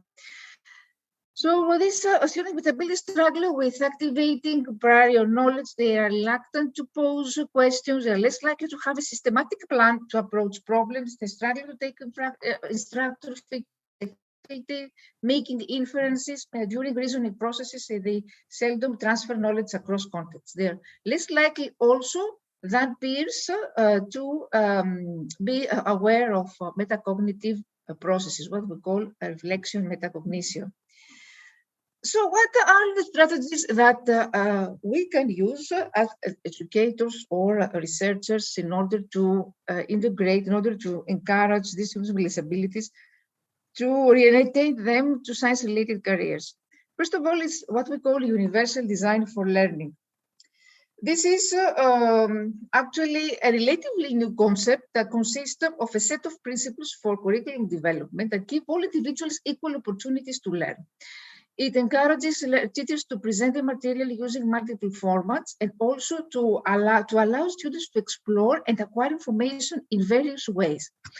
And this universal design for learning encourages teachers to also to allow students to showcase their learning in various formats. And of course, this helps ensure teachers that have addressed the needs of various types of learning within the classroom. So principles of universal design can be applied to an array of instructional elements, including the use of lectures, field work, group work, web-based instruction, printed material, lab work, etc. And of course, research has shown that this universal design of learning has been found to be beneficial for participation in STEM curriculum because it encourages teachers to become more familiar with the recognition networks and by providing multiple means of representation. When we talk about recognition networks, we mean presenting information and content in different ways.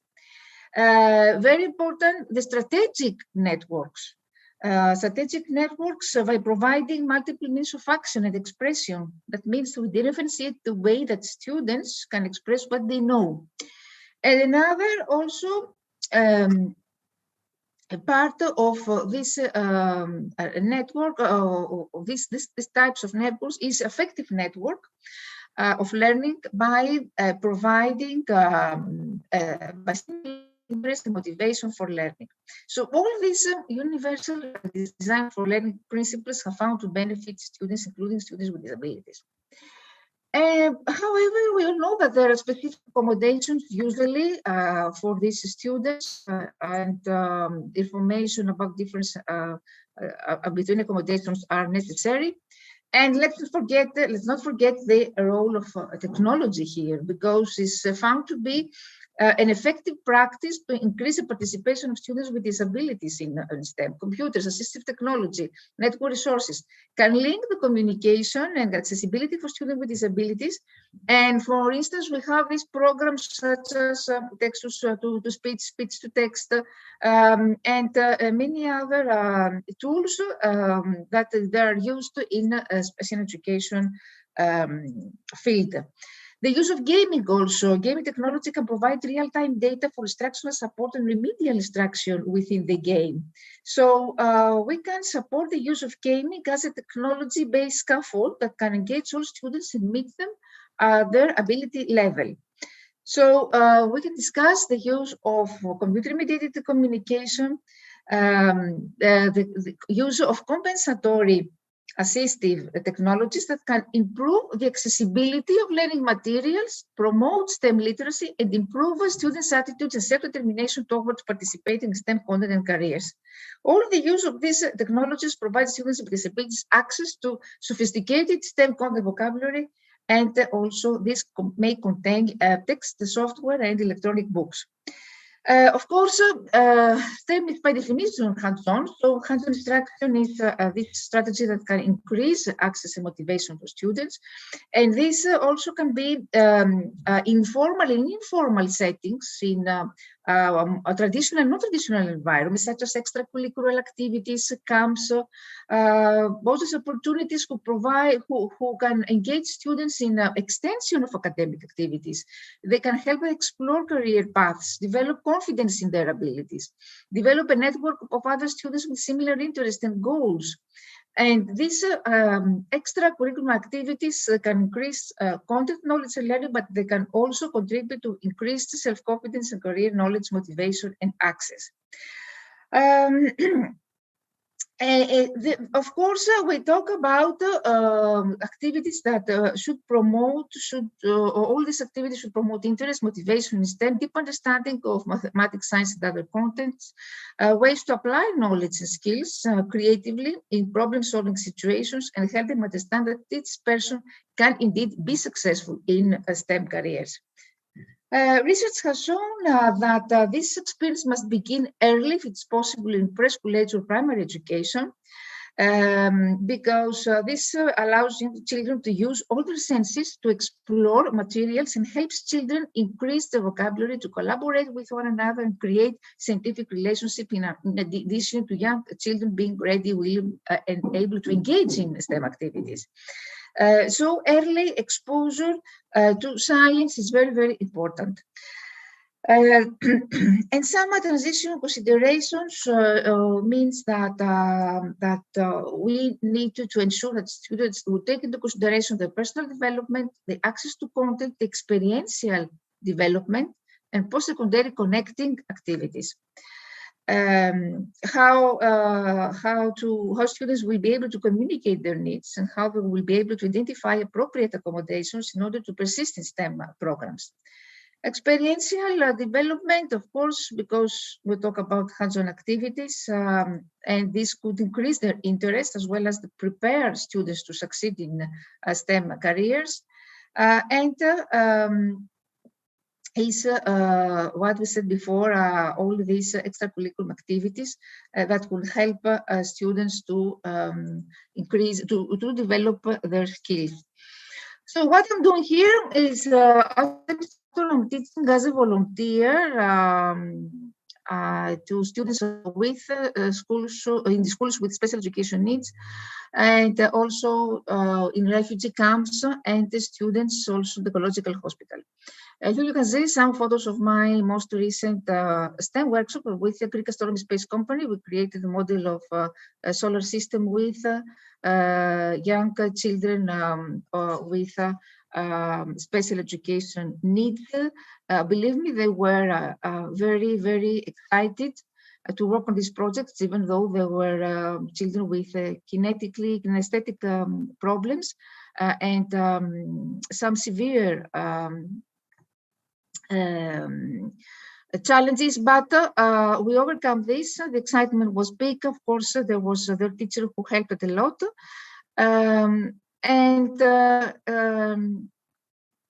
Here we're talking about quality education. Here are my some projects of my sessions in a gynecological hospital. We're very, very excited.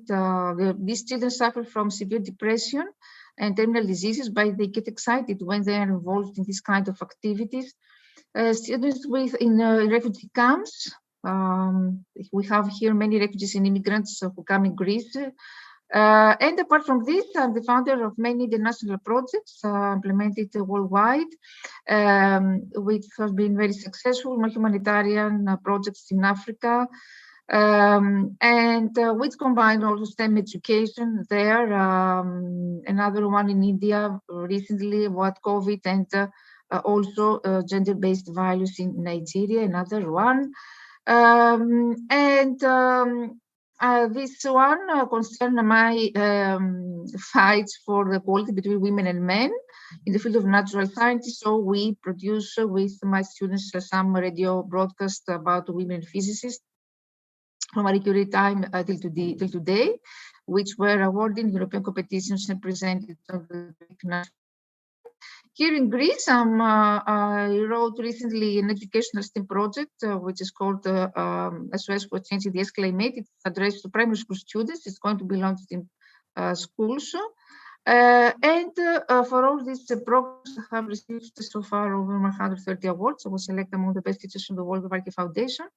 And thank you very much for your attention.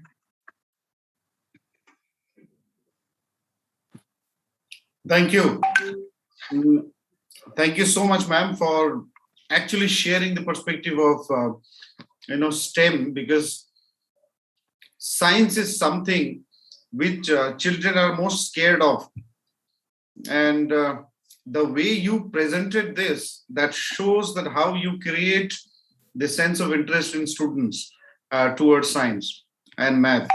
I think, from here, the learning that I take, if we can take some Indian, educators delegation to your country, or we can invite you to India, we can do a lot of cross-border learning in terms of making it, learning by doing rather than, teaching a lot of theory in India.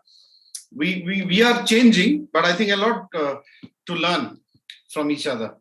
And now moving ahead, may I now invite our next speaker, HM Queen Nadia Harihiri ma'am, the CEO and founder of Success World 1, Success World Academy, and Success World Mental Health Clinic.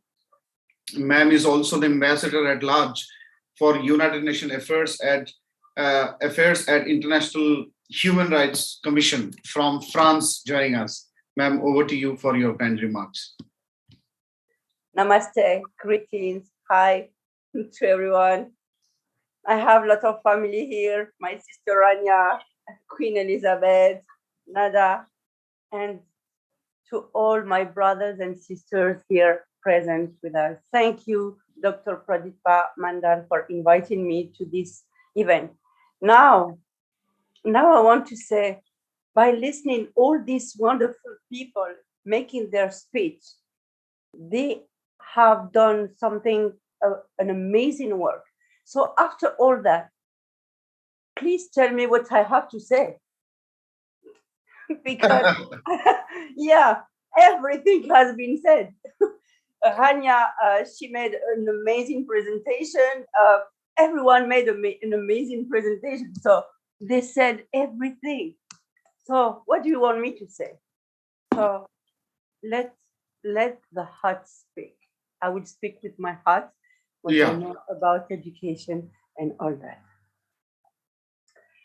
You know, the best educator and the best teacher, the biggest teacher in this world, it is life.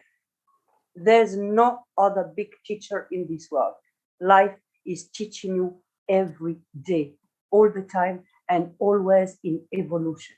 You may open your eyes or close your eyes. When you open your eyes, you are outside. You are observing what is around you. That it is learning. When you close your eyes, you are observing within you, and that it is also learning. You are learning all the time. You never stop learning because life is teaching you all the time. You see, if we pay attention to the system of education now, we have to reform this system of education. It has to be reformed. We have to create new curriculum. Why? Because the actual system of education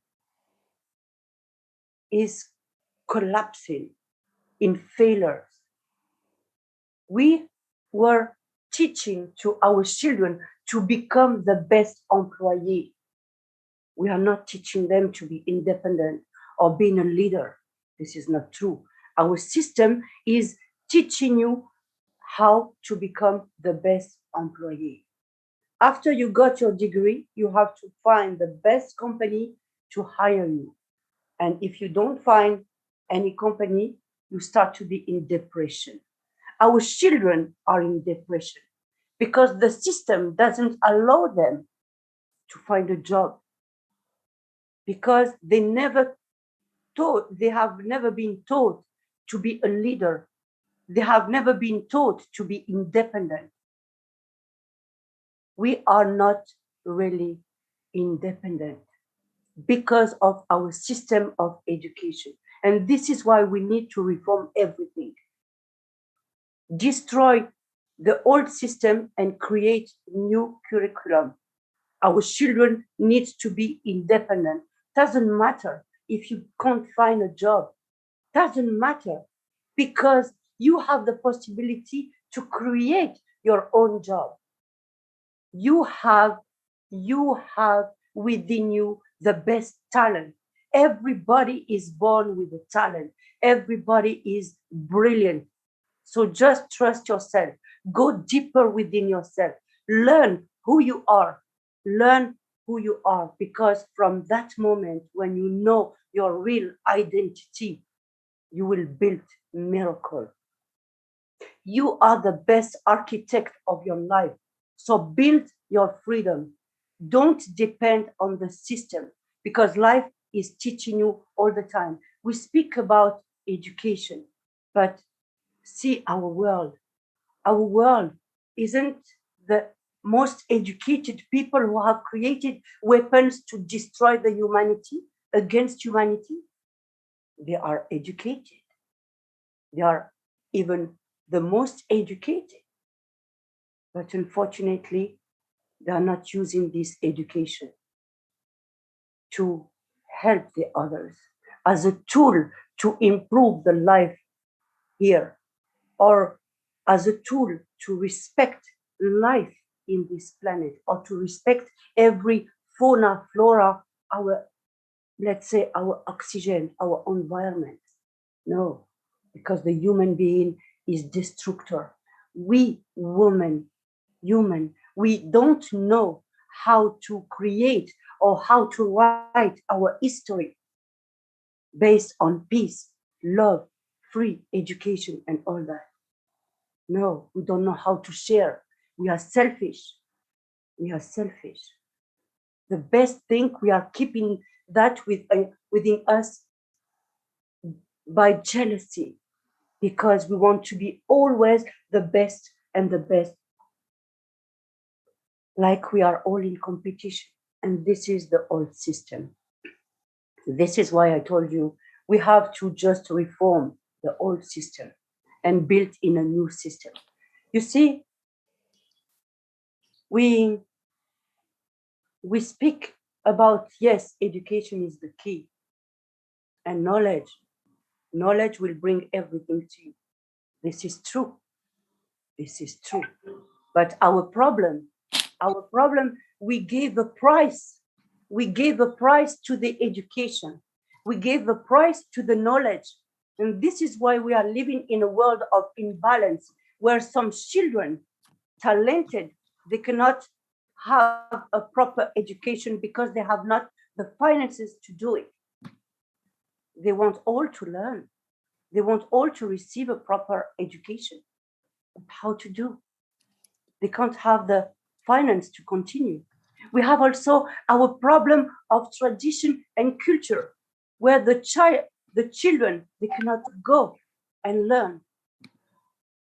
See, in different parts of the world, the children want to go to school, but there's no school, or the school is at 5 kilometers from them.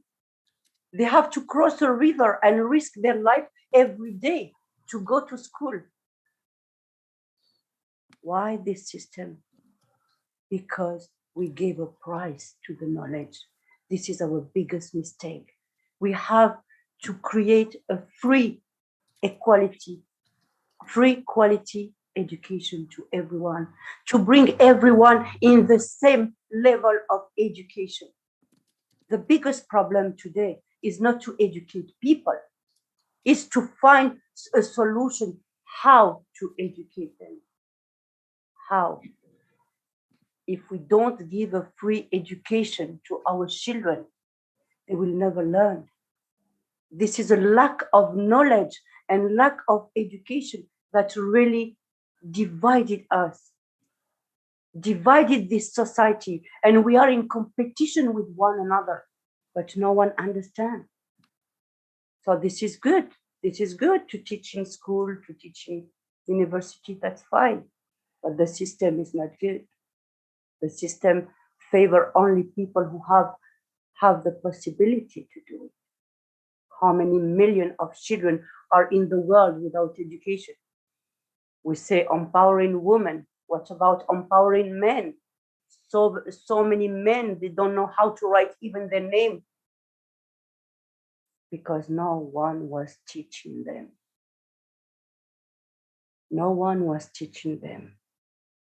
This is why, before to start anything, the education of peace, equality is important.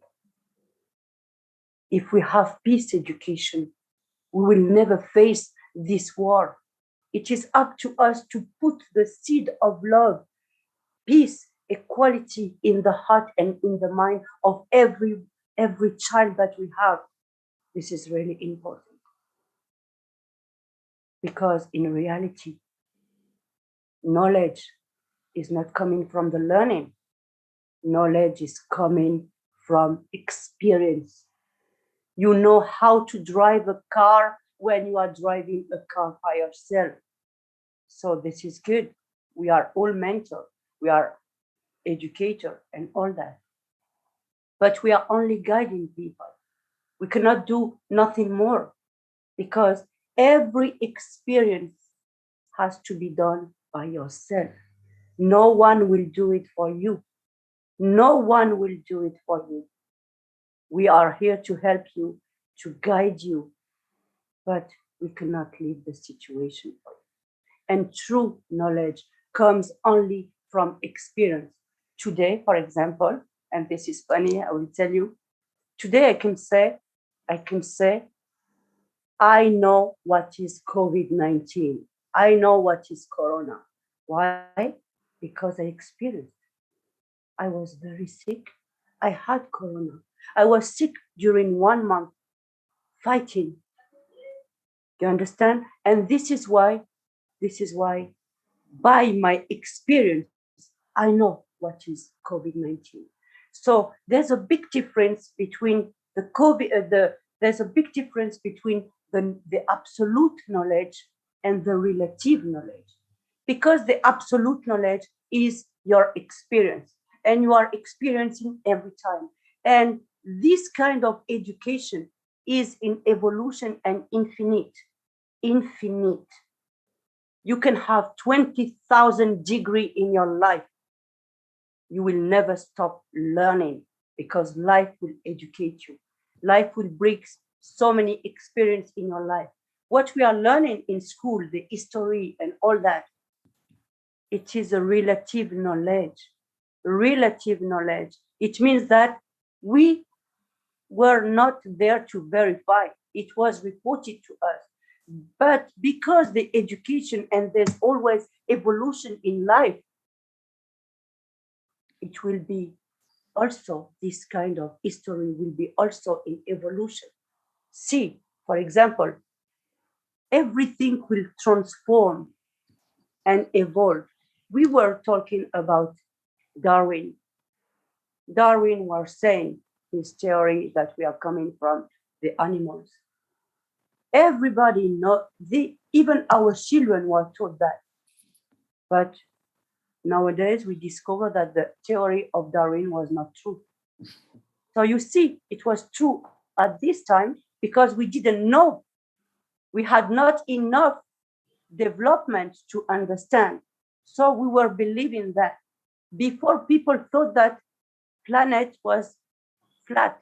Today we have the technology and the experience to say that it is also not true, and we are always in evolution.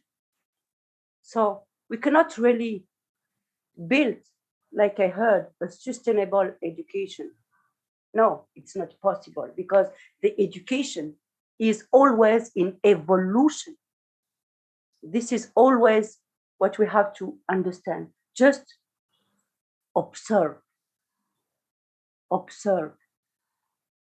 That's it. Make your own experience. We have to teach our children to believe in themselves, to create by themselves. Remember, the true education is not coming by words. You cannot teach by words, but by the example. Because when your children are observing you, they are just like a sponge. They are using the memory of the eyes. You know, they are using that. So they are just absorbing what you are doing. And that it is important to also pay attention of what we are doing, our action, what we are saying, because we are an example to our children. And from that moment, they are programmed. They are programmed. So let's please focus all together to bring this free education to our people. And now we have the possibility with this digital, with this technology to touch the world, to bring a hope to everyone. The biggest challenge is within you. What do you want exactly? What do you want exactly? If you are waiting that everything comes to you, you have no chance to learn really, because you are just waiting that the things are bringing it to you. But you have to move. You have really need to move and act. Trust yourself. Remember that the intelligence is part of the brain, and the brain disintegrates when you depart from this world. So remember that you are not this intelligence. You are not consciousness, because the consciousness has the power to observe everything at 360 degrees. You open or you close your eyes, you are in the present moment. This is what you are. This is what you are. And this is what we have to teach to our children, that they are spirit, that their thoughts, emotions are creative, that they are the architect of their life, and they have to build their freedom. You understand? So education, yes, it's the key. But if you accept the evolution, will depend what you are doing with it. So you see, I believe I have spoken too much. This is what the heart was saying. You see. Thank you. I think brilliant. Please, I just want to say something. One last thing, if you allow me. Yeah, please go ahead. Yes, please. I just want to salute everyone here, and also to wish a happy and blessed birthday to Prince Izu Agbo, who is looking at us today. He's from Nigeria, the prince from Nigeria. He's looking at us, and I want to tell him happy birthday, my darling son, and happy and blessed Holi to everyone. Thank you. Thank you so much, and very happy birthday to the prince, and also very happy Holi to all of you, and the greetings. So I'll quickly, though I want to say a couple of words on the points that you mentioned. You have actually highlighted the real life experience, and there cannot be a better teacher than life, because it's often said that if you can learn from others' mistake, you are better than you learn from your own mistake. But today you gave a completely different connotation to it. Say that life is the biggest teacher, and if you can learn this as quickly as possible is better, because making mistake is one, but before making mistake, correcting yourself to avoid the mistake is something which is a real art in life. And if our next generation can do that, they can do a lot of wonderful work. Also, the selflessness in the approach, humanitarian approach is the only solution, because whatever the progress we do in this world, Professor Ujjwal K. Chaudhary's famous quote, that this world is enough to fulfill everyone's need, but not even one person's greed. So if the focus is greed, then education, technology, innovation, entrepreneurship will be diverted towards achieving someone's or fulfilling someone's greed, and which is unmatchable. But if the approach is humanitarian, then I think that brings a lot of solution to the ongoing problems that we face in this world. So finally, coming to our final speaker, Dr. Patricia Gonde, Country Director, IIU, Global Coordinator. She is part of many organizations and speaker organizations as well. So she's also Global Coordinator of IIU, International Council for Educators, Ambassador for UK International, Ambassador for SPSC, and Country Director, Zimbabwe, for the Global Education Network, and IDYM Group of Companies, Global SDG Ambassador, AEIF, and Global Advisor, WSCF. She's also an international speaker. So over to you, ma'am, for your final keynote remarks. All right, thank you. Good evening, good afternoon, good morning to all the distinguished guests. Thank you so much to Policy Times. Thank you so much to Global Educators Forum for All. And thank you so much to World Education Council to give me this opportunity to be talking amongst all the great speakers that were in front of us on the virtual podium. It's very difficult now for me to deliver a speech after hearing from the great speakers that have spoken before, but I will just do my best. Thank you. Let me just try to share my screen today that I'm going to use. I hope we can all see the screen. Yes, we are talking about ensuring inclusive, and equitable quality and education to promote lifelong learning opportunities for all. When we are talking about equitable and quality education, the world that we are living in, where we are starting from. We are starting from different setups in our lives. We are starting from different setups because of different reasons. For example, if you look at the slide that's in front of you, we're talking about equality versus equity. When you're talking about equality, we are talking about the sameness. Are we giving everyone the same thing? When you're talking about education, this is affected mainly if you're looking at the gender. For example, in my country, when I was looking at the statistics for Zimbabwe in my country, I saw that most male children were given the opportunity to attend classes.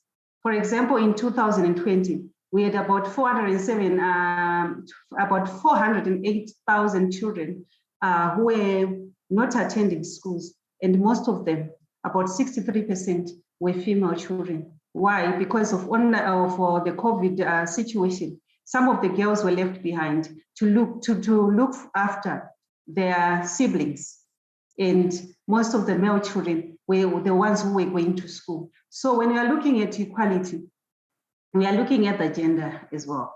Then when you are looking at the equity side, are we having access to the same opportunities? Let's look at the issue on affordability. Is everyone able to afford the type of education that our children should have? And if you look at what Kailash Satrati said, he said equity is compromised due to the privatization of education. Education has become so expensive that most of our children are not able to go to school.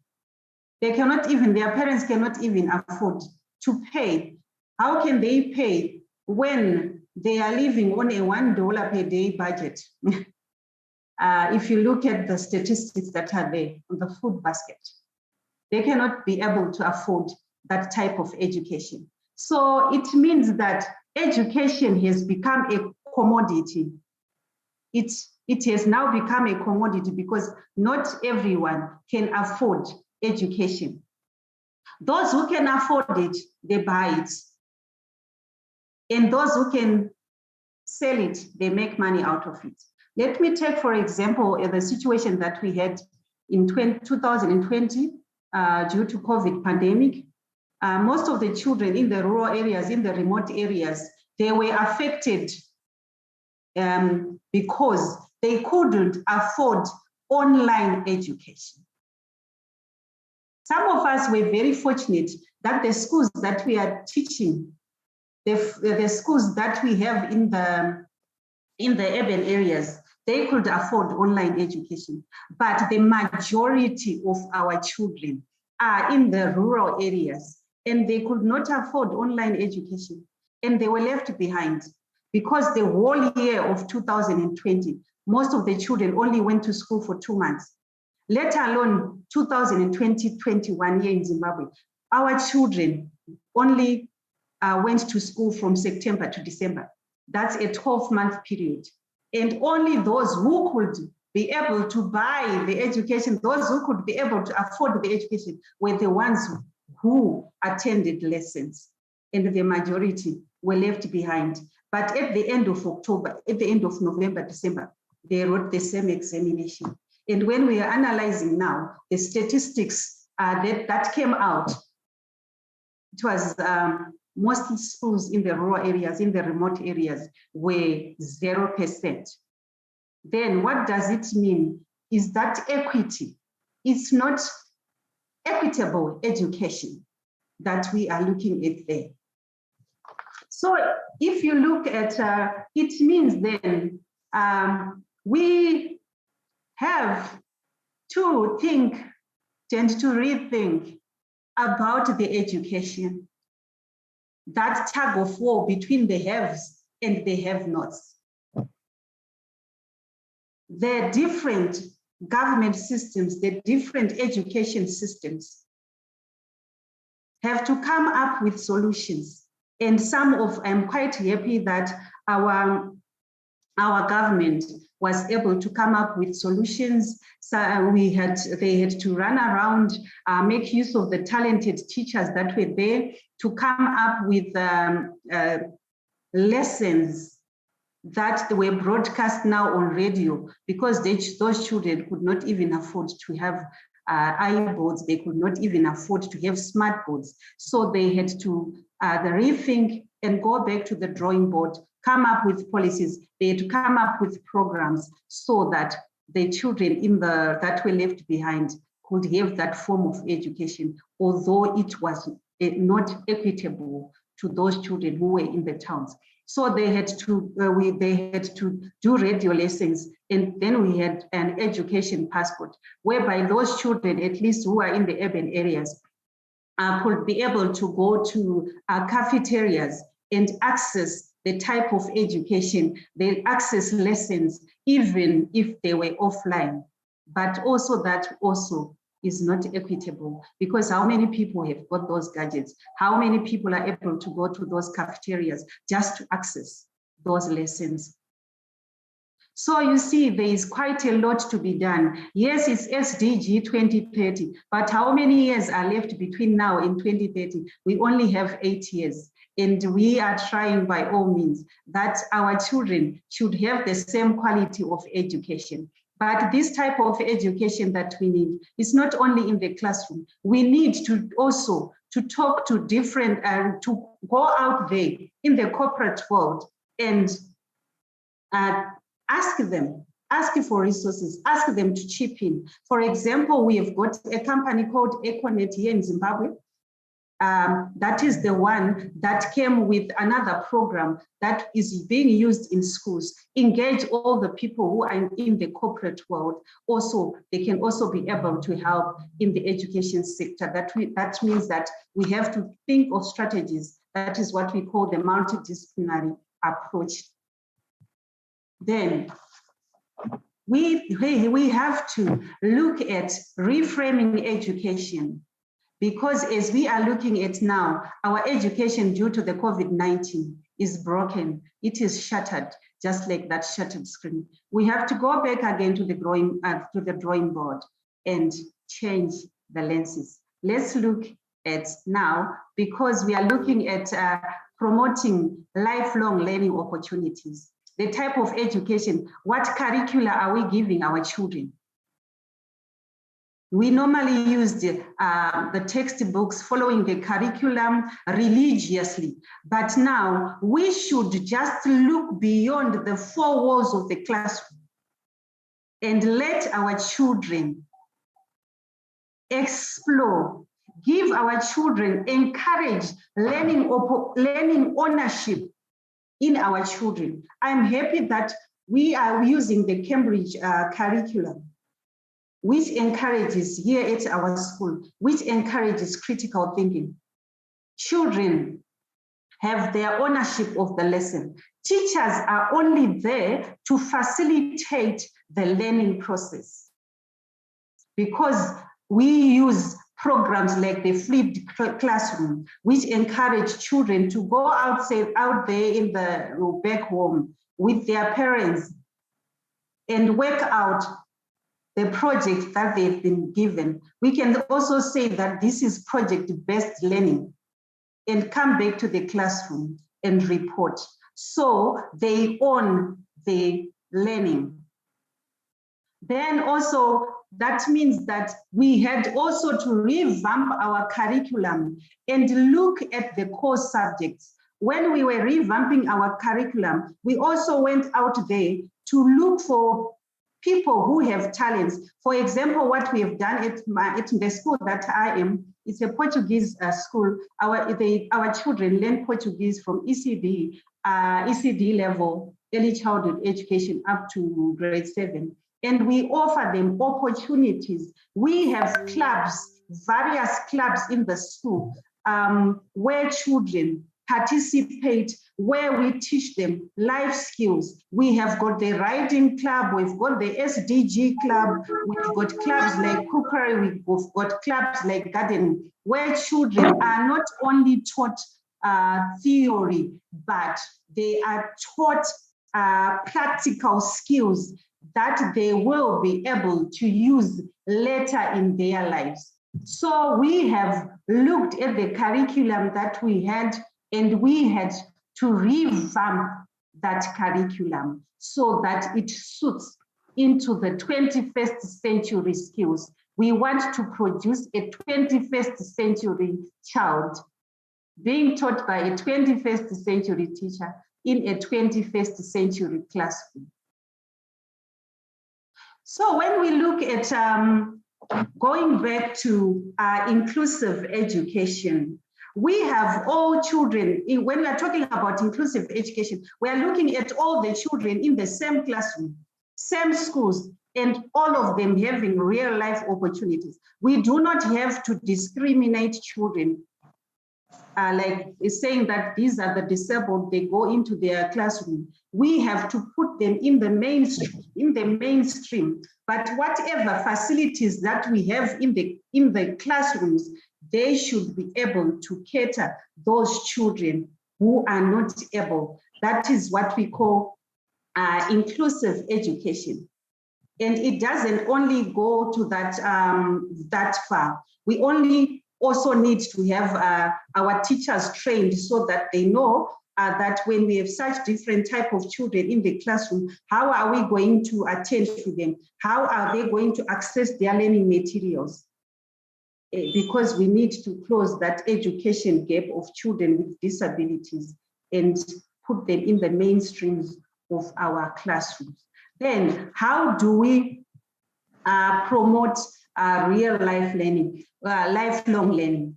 We need to restore education. We need to restore the hope of our children. Yes, they've lost their relatives during COVID-19.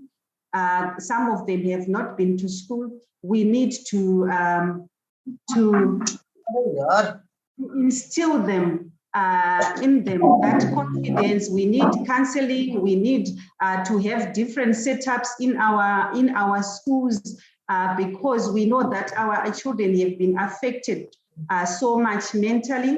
So in terms of lifelong education, what is the role of education? We need to create opportunities for lifelong education. And how can education do this? Through the life skills curriculum, which will pave the way for the current and future success of our children. We need to help our children also to acquire new skills. Like I was saying that we have got different clubs in our school which promote lifelong education. We are not looking at only academic subjects. We are also looking at within our teachers, those professional development courses. We have what we call continuous professional development courses, because if we are looking at for them to provide the type of education, they also need to be trained. So it is the role of education to equip our schools, not only our children with a chain of degrees, but equip them with practical skills, because skill acquisition requires them to have what we call a growth mindset, like what Dr. Elizabeth said, and they should be able to know that whatever they have believed in, they can do it. And they should also follow their passion and also believe in their capabilities. So this is what I wanted to share with you in terms of promoting lifelong learning, because education never ends. So in each and every setup, we need to invest in learning opportunities that expand our children's skills. For example, here at our schools, we did our analysis and we found that our children are not able to read. So we went out there to engage some people, the corporate world, and we came up with programs like the Odilo reading programs, people reading ebooks, the TT Rockstars for timetables, because we saw that our children are not able to to think quickly when we ask them questions. So we need to invest in these learning opportunities that expand their skills. And then also schools and colleges need to work with employers in the industry, the corporate world, to ensure that whatever curriculum our schools are offering, they are imparting those skills that are in the highest demand. So this means that our students also need what we call career guidance, so that we support them even when they leave schools. So we need to go back, rethink, reframe, and restore education. And with education, SDG goal number 4, we have to achieve that by 2030. And for us to achieve that, we call for advocacy. From some of us, we are social activists. We call for raising awareness, but what we need is taking action, not only just talking about it and not taking action. Thank you so much for giving me this opportunity to be with you. Global Educators Forum for All. Over to you.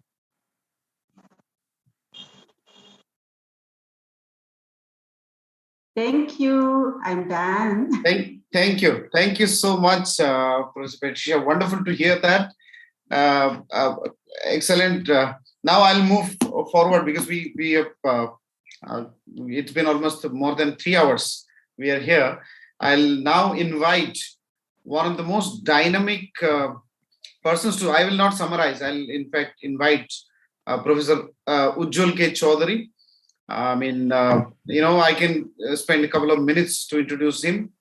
He has been one of the instrumental edupreneur, not in the sense of starting business, but in terms of bringing dynamism and innovation. He worked in India and contributed tremendously in many prominent Indian institutions, building world-class process system and departments. Now he is in Bangladesh, helping advising one of the leading institutions in Bangladesh. So I'll request Professor Chaudhary to kindly share your remarks and also summarize the whole session. First of all, summarizing would be a big call, but I've been really enjoying listening to the speakers for the last 2 hours. And I really echo totally the last speaker's central point: rethink, reframe, and restore.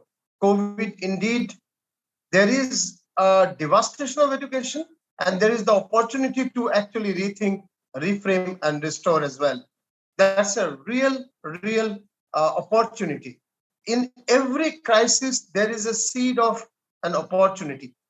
Every disadvantage can be somewhat, or sometimes even more, turned into an advantage. Can we look at that? That appeal that has come is very strong. Before getting into any point, I'd like to say, all these things that we have been talking, one of the key points is political will of those who govern us in our countries. And the second point, political will leading to allocation of funds. My question is, where is the fund for reinventing education the way very rightly most of you have put forth? I'm from South Asia. I've worked in India, Bangladesh, and Nepal. For a while, I've worked in Netherlands, and for a while also in Switzerland, and maybe a year or two in Dubai. And everywhere I've seen, I mean, I'm not talking of the European nations at this point of time. I don't know the figures there, but in South Asia, it's a big challenge. Government of India came out with a new education policy in 2020 in the height of COVID, promised 6% for education of the budget. But frankly, the very next year, 2021, it gave lesser money than 2020 into public education. 22, this year, they have given a little more money. Still, it is below 3% of the annual budget, whereas defense is 13%, 12.9%. Education is still less than 3%. Bangladesh, where I'm just now, has just crossed 3%. To that extent, Sri Lanka is better, 6%, and almost 9% in Nepal. far better. Within India, if you go into the states, because India is a large country and the provinces are almost like many countries of the world, there are very few provinces of India which have allocated more than 5% to education. Tamil Nadu has allocated around 7-8%. Around 7-8% also Kerala, and education is better in those two countries, two states, two provinces. West Bengal has allocated 5.5%.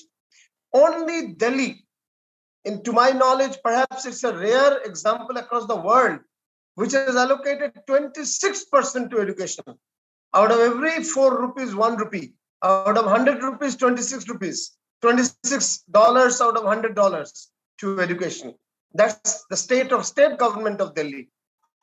Whereas the national government has just now below 3%, a little below 3%, around 2.85 or something like that.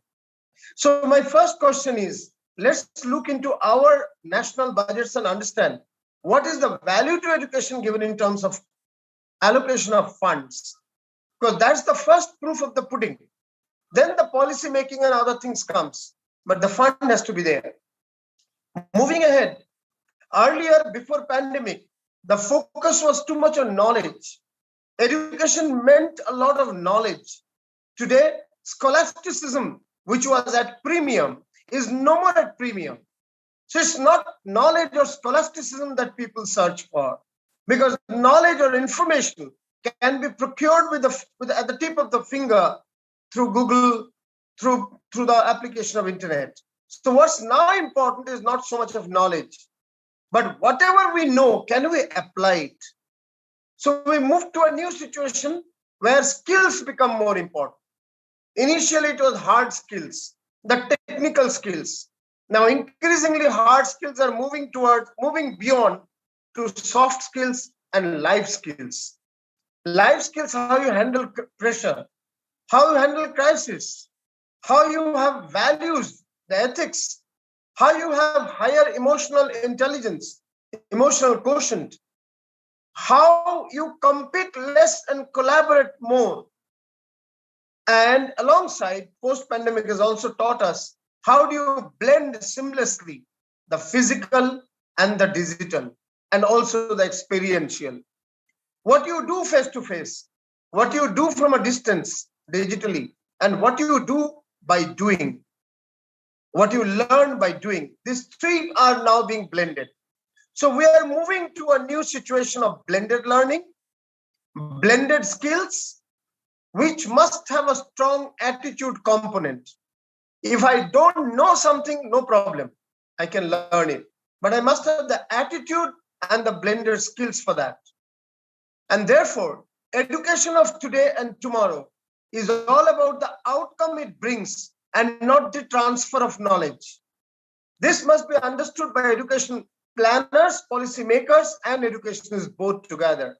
Transfer of knowledge is yesterday. It was 20th century theory, not important anymore. I need not know more than my student necessarily. I'm talking of higher education particularly. I can learn it if there is a question asked by my student, or if a question which I don't answer, which I can't answer, is answered by my student, by my learner. First of all, this whole concept of teacher-student should go away. There is no teaching, you cannot teach anymore. Very small children, perhaps to an extent you can teach, but largely you can mentor, you can facilitate, you can guide, but you cannot be technically a teacher. I'm not spending more time. And student is a typical classroom-centric, obedient, following a structured syllabus and studying for marks sort of an animal. That concept is also old. It's a learner concept. A learner learns inside the classroom and beyond the classroom. Learner learns from the mentor, from the peers, from the experiences, and from the internet. A learner learns for lifetime application, and learner learns on his own as well and largely. So therefore, we need to move from knowledge to blended learning and attitude. And similarly, we need to move from teacher to mentor, student to learner. The next point, the whole value of universities was to give degrees. Degree centricity the legal power to grant degree was the central point of all university systems around the world. At this point of time, companies after companies are telling, including Facebook, Amazon, and Google, and down the line, many will follow suit, that they don't need degrees, because degrees are not comparable from one country to the other, even if the title of the degree is the same. What they need is skills and attitudes. What they need is the application capacity of the person concerned. Therefore, we are moving from degree centricity to application skills and attitude centricity, where degrees are just an outcome. Degrees are value added sort of a thing, add-ons, and not the essential part. The next, we must also understand education earlier was boxed into books and teachers. It's moved. Learning from mentors is one. Learning by doing experientially, as many people have shown, given examples, that's second. Project-based learning, when you give a task from end to end, project-based learning is another. And learning by oneself, self-learning, learning to learn, what is also called as organic learning. The syllabus is structured learning, and beyond syllabus is organic learning, going deeper, taking a deep dive. And I cannot take a deep dive in everything in the world. So I will have one or two core areas. I may need to learn many things briefly, peripherally, but I need to go deep down into one or two things. That's organic learning. So learning has taken a multi-dimensional sort of a character today. We have moved from chalk and talk of the past, of the 20th century, to PowerPoint-based teacher-centric learning later on. And now we have moved from PowerPoint-based teacher-centric learning also. And we are moving towards blended learning. In a blended learning, a mentor is supposed to give learning resources, his or her own learning resources, which are proprietary and aggregated from books, internet, and everywhere. All these aggregated learning resources also in advance to the learner digitally. Learner at his own time, at his own place, and at his own pace, asynchronously, individually, learns from these advanced learning resources, which is called, the formula is called flipped classroom. The learner comes to the classroom. In the past, the learner did not know anything about the topic when they came to the classroom. Even for watching a film in a theater hall, a person does recce, review, takes feedback from others, does some research. But we come to the classrooms without doing any research earlier. And we expect the teacher to introduce the topic. And the teachers did that as well. And that is a poor learning system. When my mind is weighted, when my mind has already got basic learning resources in advance, and I have studied, watched the films and heard the audio to some extent and understood, some of the points not understood, then come to the class, then the learning is better. This classroom can be digital synchronous classroom, can be physical synchronous classroom, whatever it is as per the situation. Yes, physical will be better. Physical synchronous will surely be better. But the learner must have already studied, watched, and heard the content largely before coming to the classroom. That's flipped classroom. And then the mentor helps in clearing the doubts, doubt clarification, question answer, new case studies, and diverse assessment is brought in.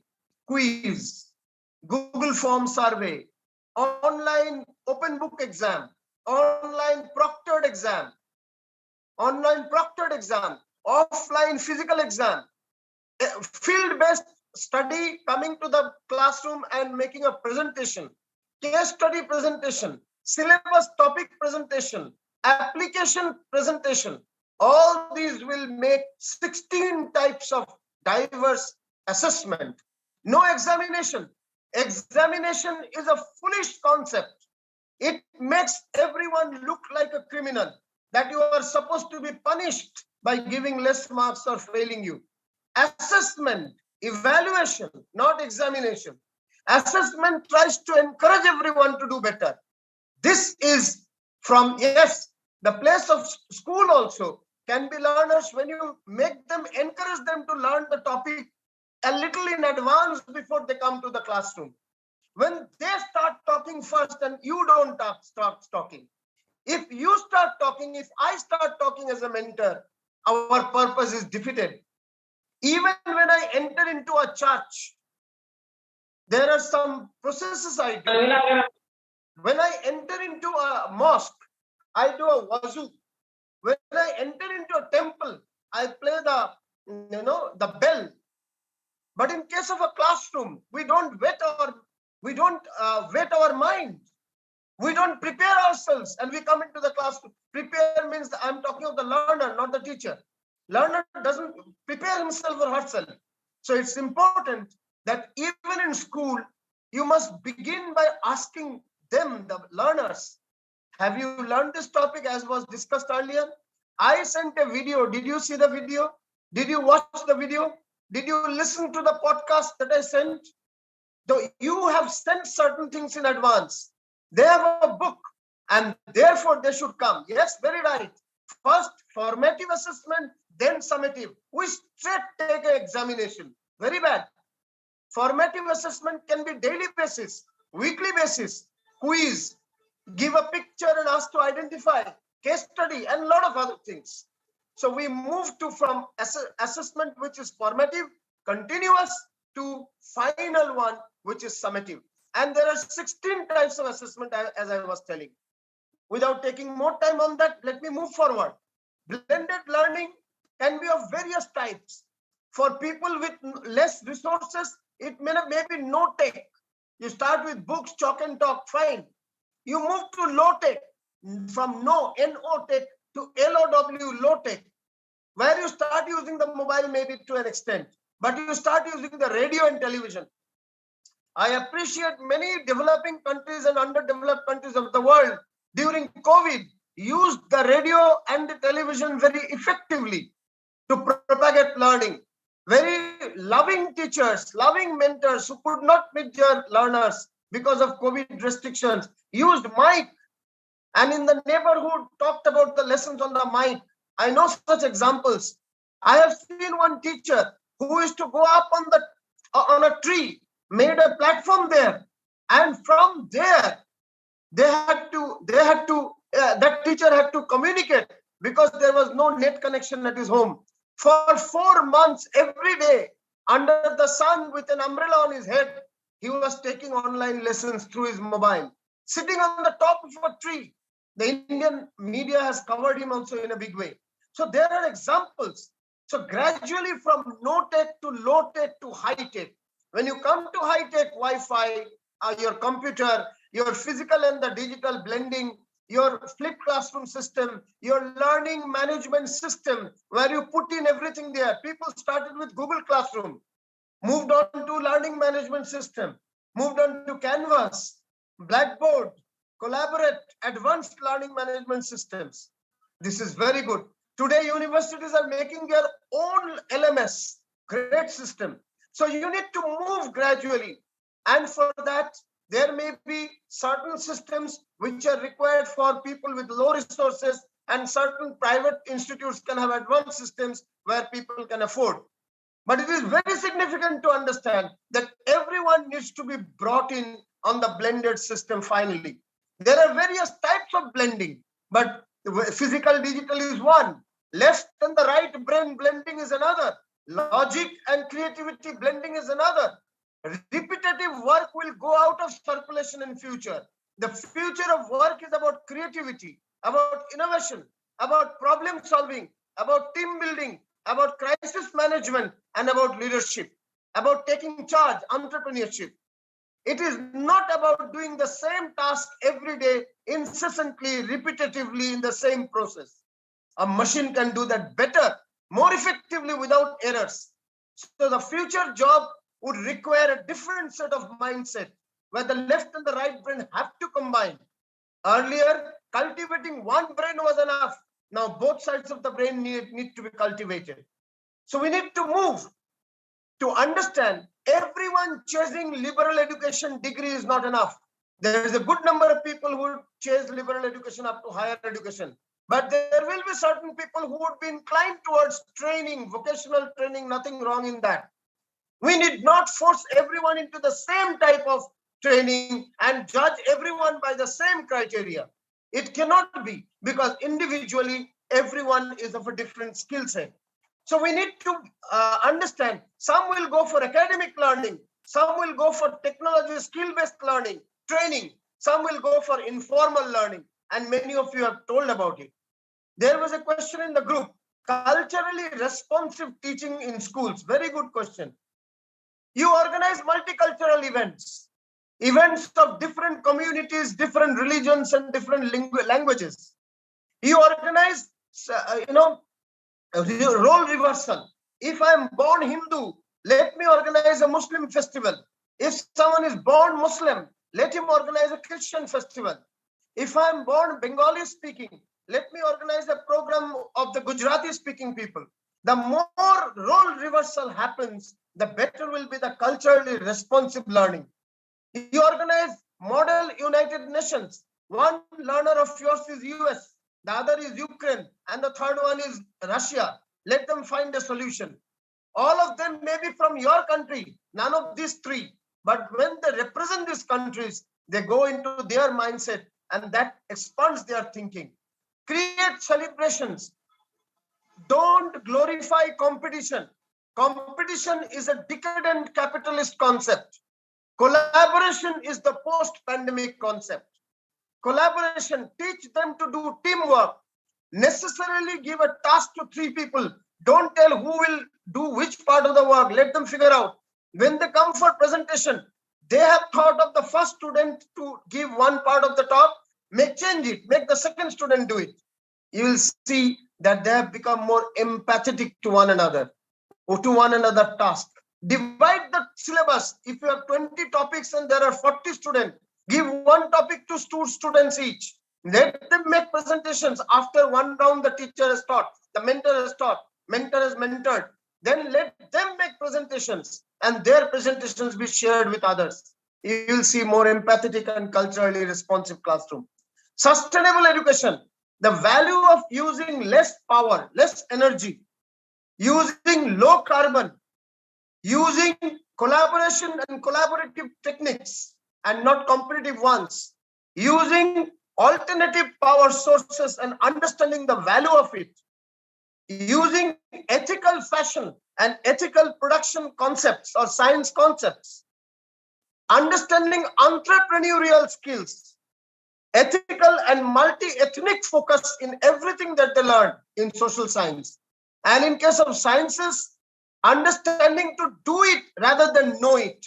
Knowing is not enough. Knowing was important earlier, but today it is doing which is more important. Visually learning, not enough to learn only in text and concepts. We might be learning in text and concepts more. We need to learn visually. We need to learn through sound, audio, even from the audio perspective as well. We need to be given challenges. I appreciate the Delhi government again, government of the province of Delhi. They have started a concept called business busters. The business busters are BUSINESS, business, BUSTERS, busters. The students in groups of 3 or 4 students each have to present a business idea for which they will be given 10,000 rupees. Those who win, the government is giving them money to make their successful. Those who do the best in each school, 4 or 5 groups. Business Busters has brought in a huge talent of entrepreneurial talent and thinking and problem-solving talent there. That is what is needed. I would end by telling, it's good to have these presentations which have been done, and I would request the organizer, Mr. Pradipto, Dr. Pradipto, to share these presentations if possible with everyone. That's fine. But shall we be only a talking shop where we come and tell the repetitive same thing every time? We should now actually bring together. Even if we can't bring out books, no problem. Book is not necessary. Digitally, e-books, Kindles, audiobooks of best practices. video books of best practices. There are many examples which have been told here from Greece, from Russia, from European various countries, from Africa, from Asia. Many examples have been given. Can we make stories out of this? Audio story, video story, and textual story. Can we collect those stories and bring together? That's more important. Telling the concepts is not enough. I have just now said how to encourage collaborative learning and challenge-based learning. Can I give examples and document the examples? I have given the example of business busters. Can we do that? Can we document it? Can we show it? There are many such examples that we can do. Due to time, I'll not go ahead. If this group really has to contribute in an effective manner in the world of education, best practices in the post-COVID period, in the post-pandemic period, at school level, at high school level, at university level, at every level, the best practices need to be brought in. These best practices, digitally, visually, sound-wide podcast, and even textually, they need to be put together at a digital particular repository of best practices, and others can learn from it. Today, we can learn from Finland, quality of school education. Learners come without books, go back without books to their homes. Still, they are very sharp. How? Learners learn through experimentation rather than memorizing the concepts. How? We need to learn many such best practices from around the world. And it's possible, pandemic has made it possible to share, care, and actually enlighten one another much more than what it was before 2020. Thank you very much for your patient hearing and giving me this opportunity. Thank you very much. Thank you so much, Professor Chaudhary. After Professor Chaudhary, I generally don't speak. And I think very well covered. Now the spoken, enough spoken. Now the onus lies on Professor Pradipta Mandal, how we action this, how we make some list of the actions to be taken, and we act in different countries, different part of the world, different regions of the world. So with this, we formally conclude today's discussion. Stay tuned. Global Educators Forum will organize a series of programs. The next one is already announced in the chat box. And see you